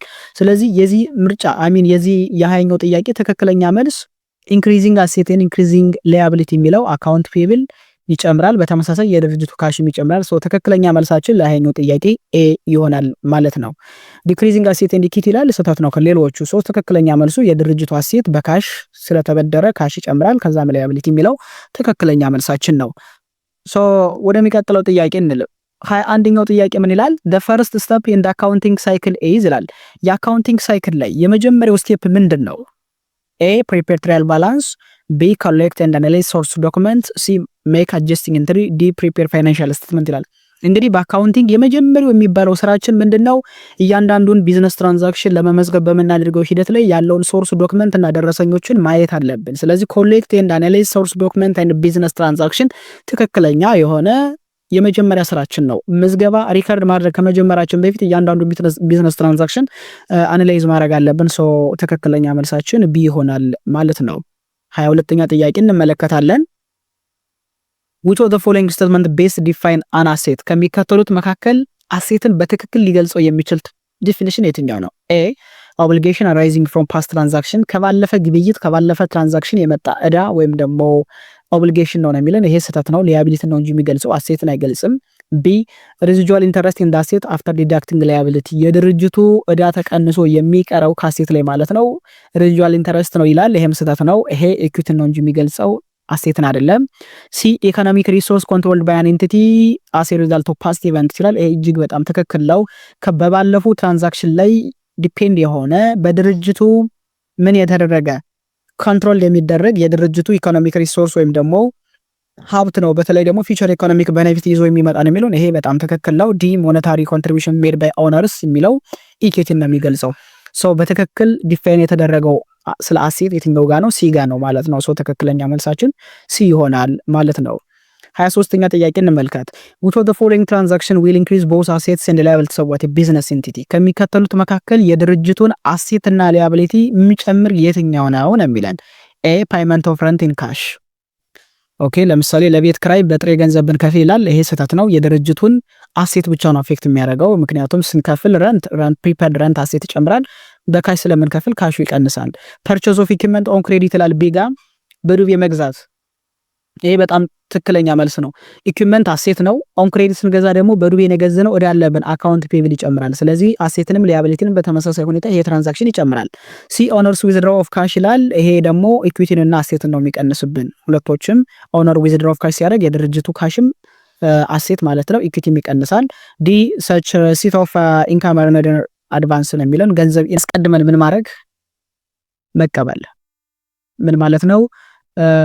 ለምሳሌ ኢንካም ኤርንድ ኢን አድቫንስ አገልግሎት ጀስት ለምሳሌ ሳልሰጥ ምን ማድረግ ገንዘብ መቀበል አሴትና እዚህ ጋር ሊጨምር ይችላል። ነገር ግን ኢኩዊቲን የሚባል ሊያቢሊቲ አንኤርንድ ሊያቢሊቲ እንደ ረቨኑ ስለሚቆጠር በአይፋሬስ ማለት ነው።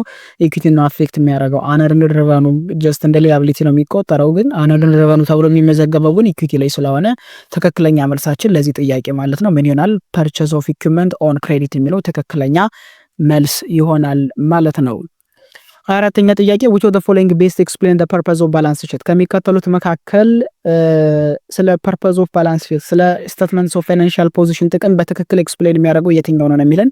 A to show the financial performance of a business for a period የአንድን ድርጅት ትክክለኛ የፋይናንስ ቁመና ማሳየት ነው ይላል። B to present the financial positions of an entity at a specific date የአንድን ድርጅት ትክክለኛ የፋይናንስ ፖዚሽን ፋይናንሻል ፖዚሽን የፋይናንስ ቁመና በአንድ ስፔሲፊክ ዴት ማሳየት ነው ይላል። በጣም ትክክል ነው።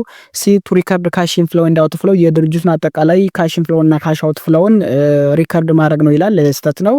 ዲ ቱ ሳማራይዝ ሬቨኑ ኤንድ ኤክስፔንስ አካውንት ይሄም ስህተት ነው። ኢንካም ስቴትመንት ነው ይሄንን የሚገልጽ ሶ ትክክለኛ መልሳችን ቢ ነው ማለት ነው። ኤ ምንድነው የሚለው ቱ ሾው ዘ ፋይናንሻል ፐርፎርማንስ ኦፍ ኤ ቢዝነስ ፎር ኤ ፔሪድ ስለሚል ያፈርሰዋል። የሚያፈርሰው የትኛው ነው? ፎር ኤ ፔሪድ ስለሚል ባላንስ ሺት ወይም ደግሞ ስቴትመንትስ ኦፍ ፋይናንሻል ፖዚሽን አት ስፔሲፊክ ዴት በአንድ ቀን ነው የሚያሳይ እንጂ ፎር ስፔሲፊክ ፔሪድ ኦፍ ታይም አያሳይም። ስለዚህ 24ኛው ጥያቄ ትክክለኛ መልሳችን ቢ ይሆናል ማለት ነው። 25ኛውን ጥያቄ እንመልከት። which of the following is best define the accounting cycle? ከሚከተሉት መካከል በትክክል አካውንቲንግ ሳይክልን ዲፋይን የሚያደርግልን ምርጫ የትኛው ነው? A a process of identifying and controlling cash flow. B a continuous sequence of steps used to record, classify, summarize financial data. C the process of calculating net profit and preparing tax report. D a method of analyzing a management efficiency ይላል። እንግዲህ ስለ አካውንቲንግ ሳይክል በትክክል የሚገልጽልን የትኛው ነው ከተባለ ምንም ጥያቄ የለውም። ኮንቲኒየስ የሆነ ሲኩዌንስ ኦፍ ስቴፕስ የሚይዘን ስታርቲንግ ፍሮም ዋት አይደንቲፊኬሽን ከዛ ሪካርዲንግ እያለ እስከ መጨረሻው እስከ ፕሪፓሬሽንስ ኦፍ ፋይናንሻል ስቴትመንት እስከ ፖስት ክሎዚንግ ትሪያል ባላንስ ድረስ የሚይዝልን ነው። ሶ ትክክለኛ መልሳችን ለ25ኛው ጥያቄ ምን ይሆናል ማለት ነው? ጀስት ቢ ይሆናል ማለት ነው። ስለ አካውንቲንግ ሳይክል በደንብ የሚገልጽልን ቢ ነው። 26ኛ ጥያቄ እንመልከት። which of the following statement best describe the principle of double entry bookkeeping? እቺን ቀደም ስላየናት መድገም እንዳይሆንብን በቀላሉ እንያቸው። each transaction affects only one account at a time. double entry system ወይም bookkeeping ማለት አንድ እያንዳንዱ ትራንዛክሽን አንድ አካውንት ብቻ ነው አፌክት ማድረግ ያለባቸው ይላል። ይህ ስህተት ነው። each transaction must have an equal debit and credit entry. double entry bookkeeping ማለት እያንዳንዱ ትራንዛክሽን በዴቢት እና በክሬዲት በኩል ያለው እኩል መሆን አለበት ይላል። ትክክል ነው። only asset accounts are recorded under their systems ይላል። አሴት ብቻ ነው መመዝገብ ያለበት ይላል። ይህ በጣም ስህተት ነው። only cash transactions are recognized ይላል። ካሽ ሪኮግናይዝ ብቻ መደረግ አለበት ይላል። ይሄም ስህተት ነው። ታዲያ ትክክለኛው መልስ የትኛው ነው? ኤስ ትራንዛክሽን must have unequal debit and credit entry double entry bookkeeping ይባላል። double entry bookkeeping ማለት በዴቢት እና በክሬዲት ሳይድ በኩል ምን ማድረግ ነው? መመዝገብ ማለት ነው። ሶ ትክክለኛ መልሳችን ለዚህ ጥያቄ ቢ እያንዳንዷ ትራንዛክሽን የዴቢት እና የክሬዲት ሳይድ ሊኖረው ይገባል ማለት ቢያንስ ሁለትና ከዛ በላይ የሆኑ አካውንቶችን አፌክት አድርጓል እያለ ነው። ሶ ትክክለኛ መልሳችን ለዚህ ጥያቄ ስለ ዳብል ኢንትሪ ቡክኪፒንግ የሚያወራው በዴቢት እና በክሬዲት ሳይድ በኩል የምንመዘገበው ትክክል እኩል መምጣት አለበት። ስለዚህ ትክክለኛ መልሳችን ቢ ይሆናል ማለት ነው። ሶ ቢ ትክክለኛ መልሳችን ነው። 27ኛ ጥያቄ እንመልከት። 27ኛ ጥያቄ ምንድነው የሚለው? which of the following is the primary purpose of preparing a trial balance? ከሚከተሉት መካከል የትኛው ነው ለትሪያል ባላንስ ስናዘጋጅ መሰረታዊ የሆነ ፕራይመሪ ፐርፐዙ ጥቅሙ የትኛው ነው ነው የሚለን እናያለን። ለምሳሌ ምን ይላል? A to identify the such fraudulent transactions የተሳሳተ ትራንዛክሽን ካለ እሱን ለመለየት ነው። B to verify that total debit equal total credit በክሬዲት እና በዴቢት በኩል የመዘገብነው እኩል መምጣቱን ለማረጋገጥ ነው። C to determine net profit or loss የድርጅቱን አጠቃላይ ሀብት ትርፍና ኪሳራ ለመፈለግ ነው ይላል። D to adjust accounts at the end of the period ይላል። እንግዲህ የትሪያል ባላንስ ማዘጋጀት ትክክለኛ ጥቅሙ ፕራይመሪ አላማችን ምንድነው ከተባለ ምንም የታወቀ ነገር ነው። በክሬዲት ሳይድ በኩልና በዴቢት ሳይድ በኩል የተጻፉ አጠቃላይ የመጣ ባላንስን እኩል መምጣቱን አለመምጣቱን ክሮስ ቼክ ለማድረግ የተስተካከለ የሂሳብ ግኝት ለማግኘት ስለሆነ ፍላጎታችን so to verify that total debt equals total credits በክሬዲት እና በዴቢት በኩል የተጻፈው ትክክል መምጣቱን እኩል መምጣቱን ክሮስ ቼክ የምናደርግበት ዋሪኮሊ ትሪያል ባላንስ የምናዘጋጀው ለዚህ ዓላማ ተፈልጎ ነው። ስለዚህ ትክክለኛ መልሳችን 27ኛው ጥያቄ ቢ ይሆናል ማለት ነው። 28ኛ ጥያቄ እንመልከት። which of the following transactions would require an adjusting entry? ከሚከተሉት መካከል የትኛው ትራንዛክሽን ነው adjusting entry ወይም ደግሞ ማስተካከያ የሚፈልገው ነው የሚለን? A of supplies for cash, B payment of rent in advance, ሲ ፐርቼዝ ኦፍ ኢኩዊፕመንት ኦን ክሬዲት፣ ዲ ሪሲት ኦፍ ፔመንት ፍሮም ዮር ካስተመር። እንግዲህ ትራንዛክሽን ወይም ደግሞ ግብይት አለ። ይሄ ግብይት ላይ ደግሞ ከተፈጸመ በኋላ ከጊዜ ሂደት በኋላ ከወር በኋላ ከአመት በኋላ አንዳንድ ትራንዛክሽኖች ምናልባትም ከቀናት በኋላ ምን ሊፈልጉ ይችላሉ? አጀስቲንግ ኢንትሪ ማስተካከያ ሊፈልጉ ይችላሉ። ስለዚህ ከሚከተሉት ከተዘረዘሩት ከነዚህ ከአራቱ ምርጫዎች መካከል የትኛው ነው አጀስቲንግ ኢንትሪ የሚፈልገው ነው? ለምሳሌ ፐርቼዝ ኦፍ ሳፕላይስ ፎር ካሽ፣ ሳፕላይ ወይም ደግሞ አላቂ ዕቃ በጥሬ ገንዘብ መግዛት። ቢ ፔመንት ኦፍ ረንት ኢን አድቫንስ ማለት አስቀድመን የቤት ክራይ መክፈል። ሲ ፐርቼዝ ኦፍ ኢኩዊፕመንት ኦን ክሬዲት፣ ኢኩዊፕመንት በኦን ክሬዲት መግዛት። ዲ ደግሞ ከካስተመሮቻችን ላይ የተቀበልነውን ክፍያ ደረሰኝ መውሰድ ምናምን ነው የሚለን ገንዘብ መቀበል ለሚለው። ለዚህ ጥያቄ ትክክለኛ መልሳችን አጀስቲንግ ኢንትሪ ያስፈልገዋል ከምንለው አንዱ ፔመንት ኦፍ ረንት ኢን አድቫንስ ነው። እንግዲህ ኢን አድቫንስ ፔመንት ኦፍ ረንት ካለ ከአንድ ወር በኋላ ቀጥታ ይሄ የቤት ክራይ ወደ ኤክስፐንስነት ይቀየራል። ምን ይባላል? ረንት ኤክስፐንስ። ስለዚህ ሳፕላይ መግዛት በጥሬ ገንዘብ ምንም አይነት አጀስቲንግ ኢንትሪ አያስፈልገው። ምናልባት ሳፕላይን ተጠቅመን የሚያልቅ ከሆነ መጨረሻ ላይ ግን ሳፕላይ ዩዝድ ስለሚል መጨረሻ ላይ ወደ ኤክስፐንስነት መቀየር እንችላለን። ፔመንት ኦፍ ረንት ኢን አድቫንስ ግን ከሆነ ጊዜ በኋላ ጀስት ምን ያስፈልገዋል ማለት ነው። እያንዳንዱ ነገር አጀስቲንግ ኢንትሪ ስለሚያስፈልገው ግዴታ አለው። ሌሎቹ ግን በተመሳሳይ ምንም አይነት አጀስቲንግ ኢንትሪ አያስፈልጋቸውም። 28ኛውን ጥያቄ በዚህ መልኩ መስራት እንችላለን። 29ኛውን ጥያቄ እንመልከት። which of the following base define the accrual base of accounting? ከሚከተሉት መካከል accrual base of accounting ግን በትክክል የሚገልጽልን የትኛው ነው? A revenue and expense are recorded only when cash is received or paid. ገቢና ወጪ መመዝገብ ያለባቸው በጥሬ ገንዘብ ስንቀበልና ስንከፍል ብቻ ነው ይላል። ይሄ በጣም ስህተት ነው። ስለ cash base of accounting ነው ይሄኛው ምርጫ። B revenue and expense are recorded when they are earned or incurred regardless of cash flow. ድርጅቱ ገንዘብ ይቀበልም አይቀበልም ረቨኑ እና ኤክስፐንስ ብሎ መመዝገብ አለበት። በተለይ ደግሞ ረቨኑ አርን ካደረገ ለምሳሌ ሴል ኦን ክሬዲት ከሸጠ በዱቤ የተሸጠ ነገር ገንዘብ ይዞ እንደሚመጣ ይታወቃል። ስለዚህ እንደ ገቢ መቆጠር አለበት። እንዲሁም ደግሞ ኤክስፐንስ ፔድ ሳይሆን ኢንከር ካደረገ ለምሳሌ ሳላሪ ፔብል ምንለው ኦኬ ወደፊት እንደሚከፈል ሳላሪ ኤክስፐንስ እንዳለ ይታወቃል። ስለዚህ ይሄ ትክክለኛ ምርጫ ነው። ሲ ኦንሊ ካሽ ሪሲትስ አር ሪኮግናይዝድ አስ ኢንካም ገንዘብ ስንቀበል ብቻ ነው መመዝገብ ያለበት ነው የሚለው ይሄም ስህተት ነው። ዲ ኤክስፐንስ አር ሪከርድ ኦንሊ ዌን ካሽ ፔመንትስ አር ኦከር በገንዘብ ሲከፈል ብቻ ነው እንደወጭ መመዝገብ ያለበት ነው የሚለው ይሄም ስህተት ነው። ሶ ትክክለኛ መልሳችን አክሩዋል ቤዝ ኦፍ አካውንቲንግ ምንድነው የሚለው So when a given business organization maybe accrual base of accounting እንደሚጠቀም ከሆነ ምን ይላል? revenue and expense should be recognized at the end of the year when revenues are actually earned but not received and expense must be recognized at the end of the year when it's actually ምን ከተደረገ incurred but not paid ካልተከፈለ ኦን ካሽ ማለት ነው መመዝገብ አለበት ስለሚል ሰው ትክክለኛ የ29ኛው ጥያቄ መልሳችን ምን ይሆናል ማለት ነው? ቢ ይሆናል ማለት ነው። ሳኛውን ጥያቄ እንመልከት። which of the following is best distinguish a merchandising business from a service business? ከሚከተሉት መካከል merchandising business organizationን ከአገልግሎት ከሚሰጡ ከሰርቪስ ቢዝነስ ኦርጋናይዜሽን የሚለየው የትኛው ነው የሚለን? A merchandising businesses provide consulting service to clients. B merchandising business earn revenue by selling tangible products. C merchandising business recognize revenue only when services are rendered. D merchandising business do not maintain inventory records ነው የሚለን። እንግዲህ መርቸንዳይዚንግ ቢዝነስ ኦርጋናይዜሽን እና አገልግሎት የሚሰጡ ድርጅቶች ልዩነታቸው ምንድነው? መርቸንዳይዚንግ ቢዝነስ ኦርጋናይዜሽን የምንላቸው በንግድ ስራ ላይ የተሰማሩ ድርጅቶች ናቸው። ሰርቪስ ቢዝነስ ኦርጋናይዜሽን የምንላቸው ደግሞ አገልግሎት የሚሰጡ ድርጅቶች ናቸው። እነዚህ ሁለቶች የሚለያዩበት በምንድነው? ኤ ምን ይላል? መርቸንዳይዚንግ ቢዝነስ ኦርጋናይዜሽን የምንላቸው ጀስት ፕሮቫይድ የሚያደርገው ኮንሰልቲንግ ሰርቪስ ነው ይላል። በጣም ስህተት ነው። የማማከር አገልግሎት አይሰጥም። የመርቸንዳይዚንግ ቢዝነስ ኦርጋናይዜሽንስ የምንላቸው ጀስት መግዛት መሸጥ ነው። መርቸንዳይዚንግ ቢዝነስ ኦርጋናይዜሽን አላማቸው፣ ፍላጎታቸው፣ ስራቸው። ቢ ምን ይላል? መርቸንዳይዚንግ ቢዝነስ ኦርጋናይዜሽን ረባኑ የሚያገኙት ታንጂብል የሆነ ፕሮዳክት በመሸጥ ነው ይላል። በጣም ትክክል ነው። መርቸንዳይዚንግ ቢዝነስ ኦርጋናይዜሽን ነጋዴዎች ታንጂብል የሆነ ፕሮዳክት ይገዛሉ፣ ይሸጣሉ ለትርፍ ምንም አይነት ቫልዩ አድ ሳያደርጉ በዚህ ፕሮዳክት ላይ። ሲ መርቸንዳይዚንግ ቢዝነስ ሪኮግናይዝ ረቨኑ ኦንሊ ዌን ሰርቪስ አር ሬንደርድ አገልግሎት ሲሰጡ ነው ይላል። ይህም ስህተት ነው። መርቸንዳይዚንግ ቢዝነስ ዶ ኖት ሜንቴን ኢንቨንተሪ ይላል። መርቸንዳይዚንግ ቢዝነስ ኦርጋናይዜሽን የምንላቸው ኢንቨንተሪ የላቸው ሜንቴን አያደርጉ ነው የሚለው ይህም ስህተት ነው። ሶ ትክክለኛ መልስ ስለዚህ ለ30ኛው ጥያቄ ማለት ነው መርቸንዳይዚንግ ቢዝነስ ኦርጋናይዜሽን earn revenue by selling tangible products። በተመሳሳይ ደግሞ ሰርቪስ ቢዝነስ ኦርጋናይዜሽን የምንላቸው ገቢ የሚሰበስቡት አገልግሎት በመስጠት ይሆናል። ሶ ትክክለኛ መልሳችን ለ30ኛው ጥያቄ ቢ ይሆናል ማለት ነው። ይሄንን አንደርስታንድ ማድረግ አለብን።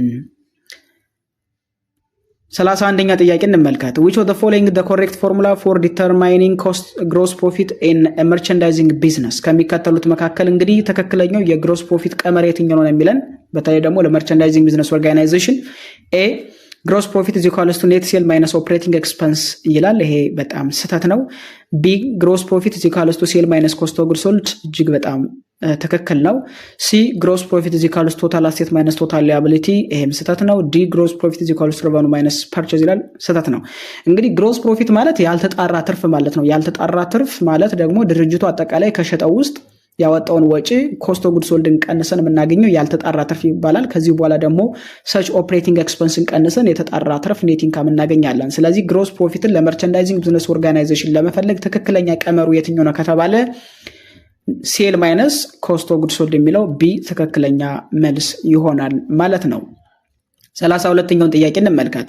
which of the following statements accurately differentiate between periodic and perpetual inventory system? ከሚከተሉት መካከል ስለ periodic እና ስለ perpetual inventory system ትክክል የሆነው የትኛው ነው የሚለን ኤ ፔሪዮዲክ ሲስተም ሪከርድ ኢንቨንተሪ ኢን ሪል ታይም ዩዚንግ ባርኮድስ ይላል። ይሄ በጣም ስህተት ነው። ፔሪዮዲክ ኢንቨንተሪ ሲስተም እያንዳንዱን ትራንዛክሽን አይመዘግብም፣ ቆጠራ አድርጎ በአመቱ መጨረሻ ላይ ያለውን ኢንቨንተሪ አፕዴት የሚያደርገው። ስለዚህ ይሄ ስህተት ነው። ቢ ፐርፔቹዋል ኢንቨንተሪ ሲስተም ሪኳየርስ የፊዚካል ካውንት ቱ ዲተርማይን ኢንዲንግ ኢንቨንተሪ ይላል። ፐርፔቹዋል ኢንቨንተሪ ሲስተም የሚጠቀም አንድ ድርጅት በአመቱ መጨረሻ ላይ ፊዚካል የሆነ ካውንት አድርጎ ነው የሚያገኘው ነው የሚለን። ይሄ በጣም ስህተት ነው። ፔሪዮዲክ ኢንቨንተሪ ሲስተም ነው ይሄንን የሚከተል። ሲ the periodic system update inventory only at the end of the accounting period ይላል። periodic inventory system የሚጠቀም ድርጅት አጠቃላይ ያለውን ኢንቨንተሪ የሚያውቀው አፕዴት የሚያደርገው በአመቱ መጨረሻ ነው የሚለው። ይሄም በጣም ትክክል ነው። ዲ the perpetual system does not record cost of goods sold ይላል። ይሄ ስህተት ነው። perpetual inventory system የሚጠቀም ማንኛውም አይነት ድርጅት cost of goods soldን የመመዝገብ ግዴታ አለበት። ስለዚህ ለ32ኛው ጥያቄ ትክክለኛ መልስ ማን ይሆናል ማለት ነው? ሲ ይሆናል ማለት ነው። periodic systems update inventory only at the end of the accounting period but perpetual inventory system updates inventory just day to day update ያደርጋል ማለት ነው። ትክክለኛ መልሳችን ሲ ይሆናል። 33ኛውን ጥያቄ እንመልከት። which of the following transaction would most likely decrease the balance of account receivable in a merchandising business? ከሚከተሉት መካከል የትኛው ትራንዛክሽን ነው የድርጅቱን አካውንት ሪሲቨብል በተለይ ምን የሚያደርግ የሚቀንስ? የትኛው ተቋም ላይ? መርቻንዳይዚንግ ቢዝነስ ኦርጋናይዜሽን ተቋም ላይ ማለት ነው። ኤ ካስተመር ፐርቸስ ጉድስ ኦን ክሬዲት ድርጅቱ ለምሳሌ ቢሸጥ ማለት ነው ካስተመር ከድርጅቱ ላይ ኮስት የተለያዩ ፕሮዳክቶችን በዱቤ ቢገዙ ይላል። ቢ ቢዝነስ ኢሹ ኤስኤል ኖቪስ የተለያዩ የሽያጭ ኖቪስ ደረሰኞችን ኢሹ ቢያደርግ ይላል። ሲ ካስተመር ሪተርን ጉድስ ፕሪቪየስሊ ፐርቼዝድ ኦን ክሬዲት ከዚህ በፊት የተገዙ ፕሮዳክቶችን ደንበኞቻችን ለድርጅቱ የሚመልሱ ከሆነ ለእኛ ድርጅት ምንም የሚመልሱ ከሆነ ይላል። ዲ ቢዝነስ ግራንትስ ክሬዲት ተርምስ ቱ ኒው ካስተመር ለአዲስ ካስተመሮቻችን አዲስ የሆነ ግራንት ምንፈቅድ ከሆነ ቃል ምንገባ ከሆነ በተለይ ደግሞ የክሬዲት የዱቤ ሽያጭ ይላል። ትክክለኛ መልሳችን የድርጅቱን አካውንት ሪሲቨብል የሚቀንሰው የትኛው ነው ከተባለ ከዚህ በፊት የተሸጠ ፕሮዳክት የሚመለስ ከሆነ ነው። ትክክለኛ መልሳችን ሲ ካስተመር ሪተርን ጉድስ ፕሪቪየስሊ ፐርቼዝድ ኦን ክሬዲት የሚለው ትክክለኛ መልስ ይሆናል። ለምን ከተባለ ካስተመር ከዚህ በፊት ገዝቶ ፕሮዳክት እኛ በዱቤ ሽጠንላቸው፣ ነገር ግን እነሱ በተለያዩ ምክንያት ዲፌክቲቭ ፕሮዳክት ሊሆን ይችላል፣ ኤክስፓየር ዴቱ ደርሶ ሊሆን ይችላል። ይሄንን ፕሮዳክት ወደኛ መልሰው የሚያመጡ ከሆነ የኛን አካውንት ሪሲቨብል ወይም ተሰብሳቢ ገንዘብ ባይ ዲፎልት ስለሚቀንስ ትክክለኛ መልሱ 33ኛው ምን ይሆናል ማለት ነው? ሲ ይሆናል ማለት ነው። 34ኛ ጥያቄ እንመልከት። which of the following is a major disadvantage of a manual accounting systems? ማኑዋል አካውንቲንግ ሲስተም ለሚጠቀም ድርጅት ሜጀር ዲስአድቫንቴጁ የትኛው ነው ይላል። ሜጀር ዲስአድቫንቴጅ ማኑዋል እና ኮምፒውተራይዝድ አካውንቲንግ ሲስተም ይባላል። ቻፕተር 4 ያለ የአካውንቲንግ ቻፕተር ነው። ኤ ኢንክሪዝድ አውቶሜሽን፣ ቢ ሃየር ዳታ ሴኩሪቲ፣ ሲ ኢንክሪዝድ ሪስክ ኦፍ ሂውማን ኤረር ኤንድ ሰች ሚስካልኩሌሽን፣ ዲ ላወር ስቶሬጅ ስፔስ ሪኳየርመንት ነው። ይሄ በጣም ምንም ቀላል ነው። ማኑዋል አካውንቲንግ ሲስተም ወይም ደግሞ እጃችንን ተጠቅመን ግለሰቦች ኮምፒውተራይዝድ አካውንቲንግ ሲስተም ሳይጠቀሙ በእጃቸው እየጻፉ እየመዘገቡ አካውንቲንግ ዳታን አፕዴት ማድረግ የሚፈልጉ ሰዎች ብዙ ጊዜ የሚሰሩ ስህተት ምንድነው ከተባለ ምንድነው ስህተት ነው የሚሰሩት? ሂውማን ኤረር አለ፣ ሚስካልኩሌሽን አለ። ስለዚህ በጣም ሪስክ ሊጨምር ይችላል። ቢኮዝ ሰው ናቸውና በእጅ ሲጻፍ እያንዳንዱ ነገር ስህተት ሊሰራ ስለሚችል በጣም ሜጀር ዲስአድቫንቴጅ የምንለው ምናልባት ኢንክሪዝድ ሪስክ ኦፍ ሂውማን ኤረር እና ሚስካልኩሌሽን ሊጨምር ስለሚችል 34ኛው ጥያቄ ትክክለኛ መልሳችን ሲ ይሆናል ማለት ነው። 35ኛ ጥያቄ ምን ይላል? which of the following best explain why computerized accounting system enhance decision making? ለምንድን ነው computerized accounting system ተጠቅመን decision making enhance የሚያደርግ የሚጨምርልን የሚለን? A they provide real time accurate and detailed financial information for analysis ይላል። እጅግ በጣም ወቅቱን የጠበቀ real time የሆነ ተከክለኛ accurate የሆነና detailed የሆነ ኢንፎርሜሽን ስለሚያቀርብ ነው ይላል። በጣም ትክክል ነው ይሄ። B they completely eliminate the need for professional accountant ይላል። ሙሉ በሙሉ ፕሮፌሽናል አካውንታንትን ኢሊሚኔት ስለሚያደርግ ነው ይላል። ይሄ በጣም ስህተት ነው። ኢሊሚኔት አያደርግም። C they focus only on a cash transaction ፎከስ የሚያደርገው ጥሬ ገንዘብ ትራንዛክሽን ወይም ደግሞ የገንዘብ ግብይቶችን ብቻ ላይ ነው ስለሚል ይሄም ስህተት ነው። D they delay information processing to ensure reliability ይላል። በጣም ሪሌብል የሆኑ ዳታዎችን ለማምጣት ዲላይ ስለሚያደርግ ስለሚዘገይ ነው ይላል። ይሄም በጣም ስህተት ነው። ሶ ትክክለኛ መልሳችን ኮምፒውተራይዝድ አካውንቲንግ ሲስተም ለዲሲዥን ሜኪንግ በጣም ጠቃሚ ነው የሚባለው ሪል ታይም የሆኑ አኩሬት የሆኑ ዲቴይልድ መረጃዎችን ስለሚያቀርብና ፕሮቫይድ ስለምናደርግበት ነው። ሶ ትክክለኛ መልሳችን ኤ ይሆናል ማለት ነው። 36ኛውን ጥያቄ እንመልከት። which of the following statement is true regarding data storage in computerized accounting system? ከሚከተሉት መካከል የትኛው ነው ስለ ዳታ ስቶሬጅ in computerized accounting system ላይ ትክክል የሆነው ነው የሚለን? A data is recorded only in hard copy form በሃርድ ኮፒ ብቻ ነው የምናስቀምጥ ይላል። B data backup and such retrieval are more efficient and secure than in manual systems ይላል። በጣም ትክክል ነው። data cannot be edited once recorded ይላል። ዳታ አንድ ሪከርድ ከተደረገ በኋላ ኤዲት አይደረግም ይላል። ይሄ በጣም ስህተት ነው። data storage requires such extensive physical space ይላል። ይሄም ስህተት ነው። ሶ ትክክለኛ መልሳችን ስለ computerized accounting system ዳታ ስቶሬጅ ማለት ነው ትሩ የሆነው ቢ ስለ ባክአፕ ኦኬ ሪትራይቫል መስራት ኢፊሽንት በሆነ መንገድ ስለሚል ሶ ትክክለኛ መልሳችን ይሆናል ማለት ነው። 37ኛ ጥያቄ which of the following correctly identify limitations of computerized accounting system? computerized accounting system እንዳንጠቀም እንደ ምክንያት ሊሆን የሚችለው ደካማ ጎኑ ሊሚቴሽኑ ምንድነው ነው የሚለን? A lack of efficiency in transaction processing ይላል። ይሄ በጣም ስህተት ነው። computerized accounting system በጣም አሪፍ የሆነ ኤፊሽንት የሆነ አቅም አለው። B high implementation and training cost. of course computerized accounting system ለመጠቀም ከፍተኛ የሆነ ወጪ ሊጠይቅ ይችላል። ትሬኒንግ ኮስት ኢምፕሊመንት ለማድረግ ሊከብደን ይችላል። ይሄ አንዱ ዲስአድቫንቴጅ ነው። C limited capacity for data processing ይላል። ይሄም በጣም ስህተት ነው። computerized accounting system በቂ የሆነ ካፓሲቲ አለው ዳታን ፕሮሰስ ለማድረግ። D ደግሞ inability to produce financial report ይላል። ፋይናንሻል ሪፖርት ስለማያዘጋጅ ነው የሚልም ይሄም በጣም ስህተት ነው። computerized accounting system በአንድ ክሊክ ብቻ ፋይናንሻል ስቴትመንት የድርጅቱን ሪፖርት ማድረግ ይችላሉ። ሶ ትክክለኛ መልሳችን ምን ይሆናል ማለት ነው? B high implementation and training cost can be considered as a limitation of what computerized accounting system ብለን ለ37ኛው ጥያቄ B ብለን መመለስ እንችላለን ማለት ነው። 38ኛ ጥያቄ which of the following best define internal control in accounting? አካውንቲንግ ላይ ኢንተርናል ኮንትሮልን በደንብ የሚገልጸው የትኛው ነው ይላል። ኢንተርናል ኮንትሮል ማለት የውስጥ ቁጥጥር ህግ ስርዓት ማለት ነው። A system designed to increase company profit የድርጅቱን ትርፍ ከፍ ለማድረግ ድርጅቱ ዲዛይን የሚያደርገው ሲስተም ነው ይላል። B a set of procedures established to safeguard assets and ensure accurate financial reporting ይላል። C a system that replaces the need for external audit ይላል። D record keeping method used for inventory management ይላል። እንግዲህ አንድ ድርጅት ኢንተርናል ኮንትሮል ወይም ደግሞ የውስጥ ቁጥጥር የሚዘረጋው የተለያዩ ህጎችን የሚያወጣው ምን ለማድረግ ነው ከተባለ የድርጅቱን አሴት ለመጠበቅ የድርጅቱ ፋይናንሻል ስቴትመንትን ደግሞ ስናዘጋጅ ትክክለኛ የሆነና ኢንሹር ለማድረግ ነው። ሶ ለምሳሌ ስርቆ እንዳይመጣ ፍራውድ ኮራፕሽን እንዳይኖር ምን ያስፈልጋል? ሴት ኦፍ ፕሮሲጀር እና ህግ ስርዓት ያስፈልጋል። ሶ ኢንተርናል ኮንትሮል ማለት it is actually such policies and strategies or procedures that are actually established by the company to avoiding such frauds. ፍራውድን ማጭበርበርን ለማስወገድ ድርጅቶች ኢምፕሊመንት የሚያደርጉት የተለያዩ ህጎች ናቸው። ሶ ትክክለኛ መልሳችን ለኢንተርናል ኮንትሮል ግልጽ የሆነ ዲፋይን ሊያደርግልን የሚችለው ቢ ነው ማለት ነው። ሶ ትክክለኛ መልሳችን ቢ እንላለን። 39ኛ ጥያቄ እንመልከት። which of the following is a key control activity over cash receipts? ከሚከተሉት መካከል key control of activity የምንለው የትኛው ነው? key control activity over cash. A allowing one employee to collect and record all cash transactions. አንድን ግለሰብ ሙሉ በሙሉ ገንዘብ እየተቀበለ እንዲመዘግብ ማድረግ ይላል። ይሄ በጣም ስህተት ነው። አንድ ግለሰብ ብቻውን ገንዘብ እየተቀበለ ሪከርድ የሚያደርግ ከሆነ ሊሰርቅ ይችላል፣ ፍራውድ ሊኖር ይችላል። ስለዚህ ይሄ አይደለም። B such immediate deposit of all cash receipts into the company bank account በቀጥታ ገንዘብ እንደተቀበለ እያንዳንዱን ገንዘብ ባንክ ላይ ማስቀመጥ ዲፖዚት ማድረግ ጥሩ ነው ይልናል። ይሄም በጣም ጥሩ ነው። የድርጅቱን ካሽ እንዳይሰረቅ ከተፈለገ ገንዘብ ከተቀበልን በኋላ ቀጥታ ዲፖዚት ማድረግ አለብን ባንክ ላይ። ይሄ ትክክለኛ መልስ መሆን ይችላል። ሲ ሆልዲንግ ካሽ ፎር ሴቨራል ዴይስ ቢፎር ዲፖዚት ገንዘብ ከተቀበልን በኋላ ወደ ባንክ ሳንወስድ እኛ ጋር እንዲቆይ ማድረግ ሆልድ ማድረግ ለብዙ ቀናቶች ይላል። ይሄ በጣም ስህተት ነው። ዲ ሪከርዲንግ ካሽ ሪሲትስ ኦንሊ አት መንዝ ኢንድ በወሩ መጨረሻ ብቻ ነው ገንዘብ ስንቀበል መመዝገብ ያለብን ይላል። ይሄም በጣም ስህተት ነው።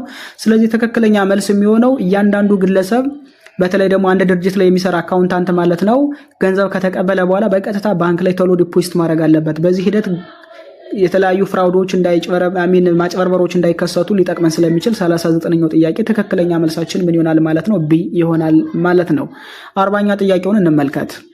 which of the following statement best explain the importance of bank reconciliation ከሚከተሉት መካከል ስለ ባንክ ሪካውንሲሌሽን የትኛው ነው ሞር ቤስት ኤክስፕሌን ሊያደርገው የሚችል? ባንክ ሪካውንሲሌሽን ማለት ሂሳብ ማስታረቅ እንለዋለን። ብዙ ጊዜ የድርጅቱ ስቴትመንት እና የባንክ ስቴትመንት እኩል የማይመጣበት ከሆነ ባንክ ሪካውንሲሌሽን ተጠቅመን ምን እናደርጋለን? እኩል ማምጣት አለብን። Okay, it ensures that the company books match the bank records detecting errors or such irregularities ነው የሚለን። የተለያዩ ስህተቶች ካሉ ኢረሮች ካሉ እሱን ምን ለማድረግ ዲቴክት ለማድረግ ይረዳናል ይላል። ቢ it determine the company net income for the year የድርጅቱን ዓመታዊ ትርፍ ለመፈለግ ነው ይላል። ይሄ ስህተት ነው። ሲ it record new liabilities on out to the bank ድርጅቱ ወይም ባንኩ ላበደረን አጠቃላይ ብድር ለመመዝገብ ነው። ይሄም ስህተት ነው።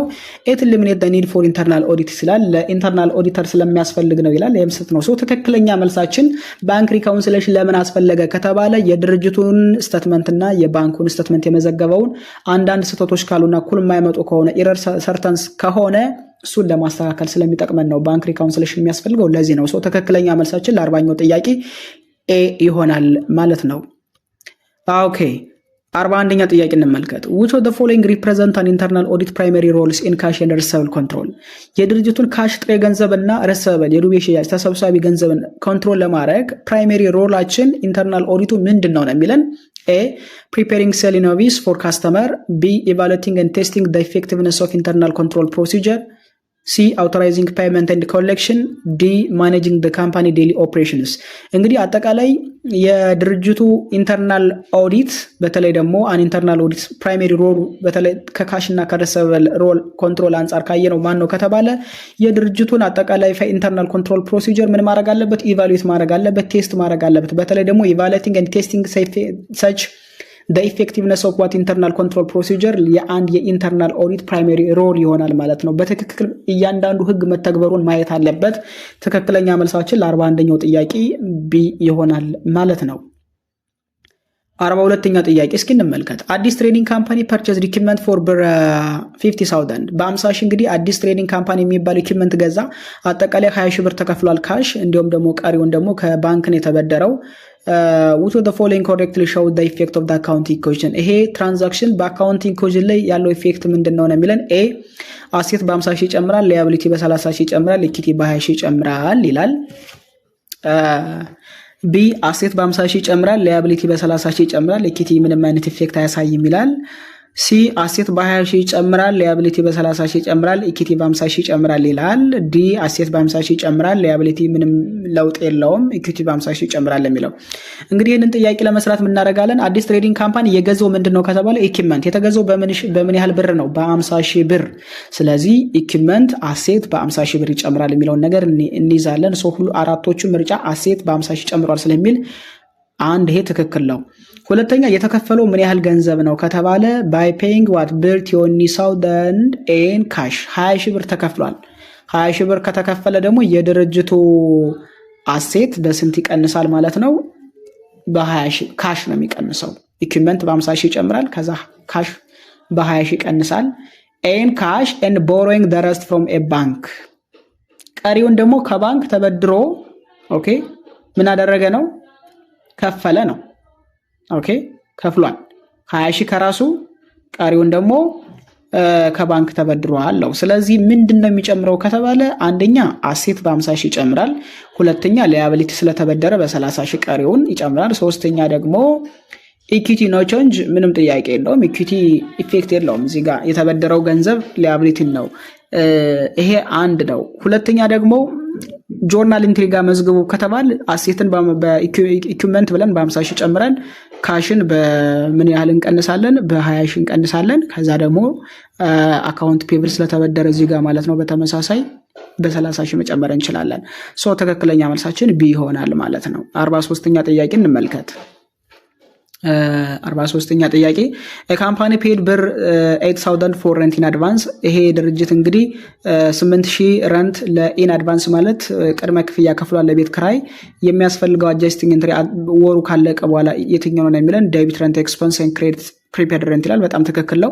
መጀመሪያ ላይ ኦልሬዲ ሲከፍል የተመዘገበው ፕሪፔድ ረንትን አሴት ስለሆነ ዴቢት አድርገን ከዛ ደግሞ ማንን ካሽን ቀንሰን ነበር። አሁን ከአንድ ወር በኋላ ፕሪፔድ ረንት አሴት ወደ ኤክስፐንስነት ስለሚቀየር ረንት ኤክስፐንስ ወይም ደግሞ የቤት ክራይ ወጪ ብለን ጨምረን ፕሪፔድ ረንት አሴት ብለን የመዘገበውን ክሬዲት አድርገን ባላንሱን ዜሮ ማምጣት አለብን። ኤ ትክክል ነው። ቢ ዴቢት ፕሪፔድ ረንት ኤንድ ክሬዲት ረንት ኤክስፐንስ ይላል፣ ስህተት ነው። ረንት ኤክስፐንስ ካሽ ይላል፣ ስህተት ነው። በተመሳሳይ ትክክለኛ መልሳችን ባጭሩ ኤ ነው። 43ኛው ጥያቄ ማለት ነው። 44ኛ ጥያቄ ኦኬ፣ እዚህ ጋር የቁጥር ስህተት ስላለ ነው። እሺ 43 44 ያለው ችግር የለውም። ይሄኛውንም አንድ ጥያቄ ስለሆነ አብረን እንድገመው። የተለያየ ነው ጥያቄው አክቹአሊ የቁጥር ስህተት ስለመጣ ነው። 43ኛ ጥያቄ እንበለውሽ። ኢፍ የካምፓኒ ኢንካም ስቴትመንት ሾውስ ረቨኑ ኦፍ ብር 120 ሺህ፣ ለምሳሌ የድርጅቱ አጠቃላይ ረቨኑ 120 ሺህ ነው የሚያሳየው፣ ኤክስፐንስ ደግሞ 80 ሺህ ነው የሚያሳየው ወጭ። ሶ which account will be affected after closing entry? ከክሎዚንግ ኢንትሪ በኋላ የትኛው አካውንት ነው አፌክት የሚሆነው ይላል። እንግዲህ ድርጅቱ 120 ሺህ ረቨኑ ካገኘ ኤክስፐንስ ደግሞ ወጪ ያወጣው 80 ሺህ ከሆነ ትርፍ ምን ያህል አለው? 40 ሺህ ትርፍ አለው። 40 ሺህ ኔት ኢንካም አለ ማለት ከክሎዚንግ በኋላ ረቨኑና ኤክስፐንስን ክሎዝ ካደረግን በኋላ ቀጥታ ይሄን 40 ሺህ ወደ ሪተርን ዳርኒንግ ነው የምንልከው። ሪተርን ዳርኒንግ ደግሞ ኢኩዊቲ ነው ቀጥታኛ የሆነ ኢፌክት ያለው። ስለዚህ አካውንት ሪሲቨብል ሪተርን ዳርኒንግ ኦን ሪሲት ይላል፣ ትክክል ነው። አካውንት ፔብል ኢንቨንተሪ ይላል። ሶ ትክክለኛ መልሳችን ለ43ኛው ጥያቄ ማለት ነው ቢ ይሆናል ማለት ነው። 44ኛው ጥያቄ መርቻንዳይዚንግ ቢዝነስ ሪከርድ ኢንቨንተሪ ፐርቼዝ በት ፌልድ ቱ አካውንት ፎር ፐርቼዝ ሪተርን ኦፍ ብር 2000 ዋት ኢዝ ዘ ኢፌክት ኦን ኮስት ኦፍ ጉድስ ሶልድ ኔት ኢንካም ይላል። እንግዲህ መርቻንዳይዚንግ ቢዝነስ ኦርጋናይዜሽን እንግዲህ ኢንቨንተሪ ገዝቷል። ከገዛ በኋላ ግን ፐርቼዝ ሪተርን 2000 ነበረ። ይሄንን ምን አላደረገም? አልመዘገበም፣ ተሳስቷል። የኮስት ኦፍ ጉድስ ሶልድ እና ኔት ኢንካም ላይ ያለው ኢፌክት ምንድነው ነው የሚለን። ኤ ኮስት ኦፍ ጉድስ ሶልድ ኦቨር ስቴት ያደርጋል፣ ኔት ኢንካም ይቀንሳል ይላል። ቢ ኮስት ኦፍ ጉድስ ሶልድ ይቀንሳል፣ ኔት ኢንካም ይጨምራል ይላል። ሲ ኮስት ኦፍ ጉድስ ሶልድ ምንም አፌክት አይሆንም፣ ኔት ኢንካም አፌክት አይሆንም ይላል። ዲ ኮስት ኦፍ ጉድስ ሶልድ ይቀንስና ኔት ኢንካም ደግሞ በተመሳሳይ ይቀንሳል ይላል። ይሄንን ጥያቄ ለመስራት በመጀመሪያ ደረጃ ኮስት ኦፍ ጉድስ ሶልድ ማለት ምን ማለት ነው፣ ኔት ኢንካም ማለት ምን ማለት ነው የሚለውን ነገር አንደርስታንድ ማድረግ አለብን። ኮስት ኦፍ ጉድስ ሶልድ ማለት ድርጅቱ አጠቃላይ ከሸጠው ፕሮዳክት ላይ ማለት ነው የሸጠው ፕሮዳክት የወጣበት ወጪ ማለት ነው፣ የተገዛበት ዋጋ ኮስቱ ነው አጠቃላይ። ስለዚህ ኔት ኢንካም ደግሞ ትርፍ ነው። ስለዚህ ይሄ ድርጅት መርቻንዳይዚንግ ቢዝነስ ነው። ጀስት ኢንቨንተሪ ፐርቸስ ያደርግ መዝግቧል። ነገር ግን ፐርቸዝ ሪተርን 2000 መኖሩን አልመዘገበም በስተት ማለት ነው። ስለዚህ ፐርቸዝ ሪተርን ካልተመዘገበ ምንድነው ኢፌክቱ ነው። ስለዚህ ፐርቸዝ ጨምሯል ማለት በሌላ አገላለጽ ምን ማለት ነው የሚለውን ነገር ነው። ፐርቸዝ ከጨመረ ሁሌም ቢሆን ኮስት ኦፍ ጉድስ ሶልድ ይጨምራል። ኦኬ ኮስት ኦፍ ጉድስ ሶልድ ከጨመረ ደግሞ በቀላል አማርኛ ኔት ኢንካም ይቀንሳል። ምክንያቱም ኮስት ኦፍ ጉድስ ሶልድ ከረቨኑ ስለሚቀነስ ሰው ትክክለኛ መልሳችን ኤ ይሆናል ማለት ነው። 45ኛ ጥያቄ እንመልከት። which of the following internal control is most critical to prevent inventory theft in a merchandising business organization? በተለይ merchandising business organization ምንላቸው ነጋዴዎች ምንላቸው የትኛው ኢንተርናል ኮንትሮል ነው እጅግ በጣም አስፈላጊና ክሪቲካል የሚባለው በተለይ ደግሞ የኢንቨንተሪ ስርቆትን ለመከላከል ለሚለን? A recording sale only in journal, B conducting periodic physical inventory count, C issuing sale invoice after payment, D granting unlimited credit to customer። እንግዲህ የኢንቨንተሪ ስርቆትን ለመከላከል ለመርቻንዳይዚንግ ቢዝነስ ኦርጋናይዜሽን መዘርጋት ያለባቸው የውስጥ ቁጥጥር የትኛው ነው ከተባለ ያላቸውን ኢንቨንተሪ ቀን በቀን አሊያም ደግሞ በየጊዜው ቶሎ ቶሎ ምን ማድረግ አለባቸው? ፔሪዮዲክ በሆነ መንገድ ጀስት መቁጠር አለባቸው። ምንም ጥያቄ የለውም። ሰው ትክክለኛ መልሳችን 45ኛው ጥያቄ ቢ ይሆናል ማለት ነው። 46ኛ ጥያቄ in a computerized system user just mistakenly delete a transaction before posting። ኮምፒውተራይዝድ አካውንቲንግ ሲስተም ስንጠቀም አንድ ዩዘር በስህተት እንግዲህ ትራንዛክሽኑን ፖስት ሳያደርግ ወደ ሌጀር ሳይልክ ማለት ነው ደለተ። what internal control can prevent this? የትኛው የውስጥ ቁጥጥር ነው ይሄንን ፕሪቨንት ሊያደርግልን የሚችል ይላል። A regular manual posting, B access restriction and data backup፣ ሲ ኢግኖሪንግ ዘ ኤረር አንቲል ኢየር ኤንድ፣ ዲ ዩዝ ኦፍ ማኑዋል ሌጀር ይላል። እንግዲህ እንደዚህ አይነት ስህተቶችን ለማስቀረትና ጥሩ የሆነ ነገር ለመያዝ ምንም ጥያቄ የለውም። ምን ያስፈልጋል? ባካፕ ያስፈልጋል። ስለዚህ አንዳንድ ሪስትሪክሽን ካለ እሱን መያዝና ባካፕ ዳታ ማድረግ ደግሞ የተደለቱ ነገሮችን ወደኋላ መልሰን እንድናገኝ ስለሚረዳን ትክክለኛ መልሳችን ቢ ይሆናል። 47ኛ ጥያቄ ኢትዮ ካምፓኒ አሳይን ዘ ሴም ኤምፕሎይ ቱ ሃንድል ካሽ ሪሲትስ ኤንድ ሪከርድ ትራንዛክሽን ኤንድ ሪካውንት ዘ ባንክ አካውንት ዋት ኢዝ ዘ ፕራይመሪ ሪስክ? እንግዲህ ኢትዮ የሚባል ካምፓኒ አንድ ሰራተኛ ቀጠረና ይሄንን ሰራተኛ ተመሳሳይ የሆነ ግለሰብ ማለት ነው ገንዘብ እንዲቀበል ከዛ ሪካርድ እንዲያደርግ መልሶ ደግሞ የድርጅቱን እና የባንኩን ስቴትመንት ሪካውንስል እንዲያደርግ ነው ኃላፊነት የሰጠው። ምን ይዞ ይመጣል? ሪስክ፣ ከፍተኛ የሆነ ሪስክ ይዞ ይመጣል። የትኛው ነው? አንደኛ ፋስተሪንግ ፕሮሰሲንግ ኦፍ ካሽ ይላል። ካሽን ቶሎ ፕሮሰስ ያደርጋል ይላል። ይሄ ስህተት ነው። አይጨምርም ይቀንሳል እንጂ። ቢ ኢንክሪዝድ ኢፊሸንሲ እንዲጨምር ያደርጋል ይላል። ይሄም ስህተት ነው።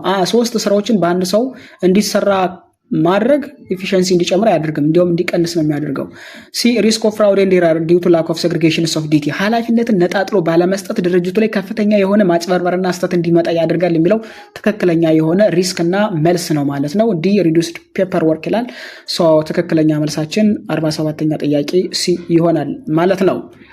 48ኛ ጥያቄ እንመልከት። The cashier is required to obtain a receipt for all cash received and deposit them daily. What internal control principle does this illustrate? ካሸሩ ወይም ገንዘብ የሚቀበለው ግለሰብ ሁሌም ቢሆን ማለት ነው ደረሰኝ እንዲይዝ፣ ከዛ ደግሞ ለያዘው ደረሰኝ ለእያንዳንዱ ለተቀበለው ገንዘብ ማለት ነው ከዛ መልሶ ደግሞ የተቀበለውን ገንዘብ በየቀኑ ዲፖዚት ያደርጋል። ይሄኛው ማድረጉ የትኛው ኢንተርናል ኮንትሮል ወይም ደግሞ የውስጥ ቁጥጥር ነው እየተተገበረ ያለው? ለየትኛው የውስጥ ቁጥጥር ኢንተርናል ኮንትሮል ነው ምሳሌ መሆን የሚችለው ነው የሚለን? ኤ አክሰስ ሪስትሪክሽን፣ ቢ ዶክመንቴሽን ኤንድ ቬሪፊኬሽን ይላል። ሲ ሴግሪጌሽንስ ኦፍ ዲቲ፣ ዲ ባንክ ሪካውንስሌሽን ይላል። እንግዲህ ለዚህ ጥያቄ ትክክለኛ መልሳችን ቢ ዶክመንቴሽን ኤንድ ቬሪፊኬሽን ትክክለኛ ነው። ምክንያቱም ዶክመንቴሽን ስንል እያንዳንዱ ነገር በደረሰኝ ነው የሚቆርጠው። ከዛ በኋላ ደግሞ መልሶ ምን ያደርጋል? ባንክ ወስዶ ያስቀምጣል ማለት ነው። 48ኛው ጥያቄ ትክክለኛ መልሳችን ቢ ይሆናል። 49ኛ ጥያቄ እንመልከት። ኤቢሲ ካምፓኒ ኮሌክትድ ብር 15,000 ፍሮም ካስተመርስ ኤንድ ዲፖዚትድ ብር 14,500 ኢንቱ ዘ ባንክ ዲፈረንስ ኦፍ ብር 500 was found during reconciliation. Which control is most relevant to detect such errors ይላል። እንግዲህ ኤቢሲ የሚባል ካምፓኒ አጠቃላይ 15,000 የሚጠጋ ገንዘብ ከካስተመር ሰብስቧል። ከዛ በኋላ ግን ዲፖዚት ያደረገው 14,500 ብር ብቻ ነው በባንክ ወደ ባንክ የወሰደው። የ500 ብር ዲፈረንስ ያሳያል። ሪካውንስል ሲደረግ የትኛው ኮንትሮል ነው ይሄንን ነገር ዲቴክት ለማድረግ ሊረዳን የሚችለው ነው የሚለው? ኤ ኢንተርናል ኦዲት፣ ቢ ባንክ ሪካውንስሌሽን፣ ሲ ሴግሪጌሽንስ ኦፍ ዲቲ፣ ዲ ማኑዋል ሌጀር ፖስቲንግ ይችላል። እንግዲህ በዱሪንግ ሪካውንስሌሽን ይሄንን ስህተት የምናገኘው ከሆነ ይሄንን ኤረር ዲቴክት ለማድረግ ሊጠቅመን የሚችለው ኮንትሮል የትኛው ነው? ባንክ ሪካውንስሌሽን፣ ሂሳብ ማስታረቅ መቻል አለብን፣ መስራት አለብን ማለት ነው። ይህንን ማድረግ አለብን። በስህተት ነው እንግዲህ 14,500 ሪፖስት የተደረገው። ስለዚህ ባንክ ሪካውንስሌሽን በመስራት ስህተቱን ማግኘት እንችላለን፣ ኤረር ስለሆነ ማለት ነው።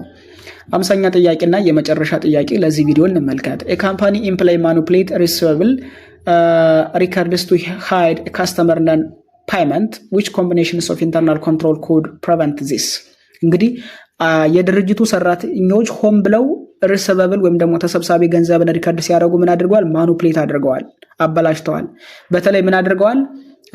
ካስተመር ነን ፓይመንት የምንላቸውን አንዳንድ ነገሮችን ሃይድ አድርገዋል፣ ደብቀዋል። ስለዚህ የትኛውን ኢንተርናል ኮንትሮል ነው ይሄኛው ፕሪቨንት የሚያደርግልን ነው የሚለን? ኤ ሴግሪጌሽንስ ኦፍ ዲቲ፣ ሬጉላር ኢንተርናል ኦዲት እና ፕሮፐር ዶክመንቴሽን መያዝ ይህንን ችግር ሊቀርፍ ይችላል ይላል።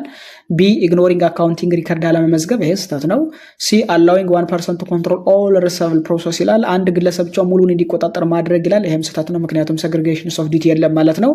ዲ ሪካርዲንግ ካሽ ሪሲትስ ኦንሊ ኢየሪን፣ በአመቱ መጨረሻ ላይ አጠቃላይ ገንዘብ መቀበላችንን ደረሰኝ መቁረጥ ምናምን ነው ሪከርድ ማድረግ ነው ይላል። ይሄም ስህተት ነው። ትክክለኛ መልሳችን ሰራተኞች ሆን ብለው ማኒፑሌት እንዳያድርጉ ከተፈለገ እያንዳንዱ ሰራተኛ አንድ ስራ ብቻ እንዲሰራ ማድረግ፣ ሴግሪጌሽንስ ኦፍ ዲቲ ኃላፊነት ነጣጥሎ መስጠት፣ ከዛ ደግሞ በየጊዜው ኢንተርናል ኦዲት ማድረግ፣ ከዛ ፕሮፐር ዶክመንቴሽን እንዲጠቀሙ ማድረግ። ይሄንን ስህተት፣ ይሄንን ችግር፣ ይሄንን የሆነ ፍራውድ ምን ለማድረግ ፕሪቨንት ለማድረግ ይረዳናል። 50ኛው ጥያቄ ትክክለኛ መልሳችን ኤ ይሆናል ማለት ነው።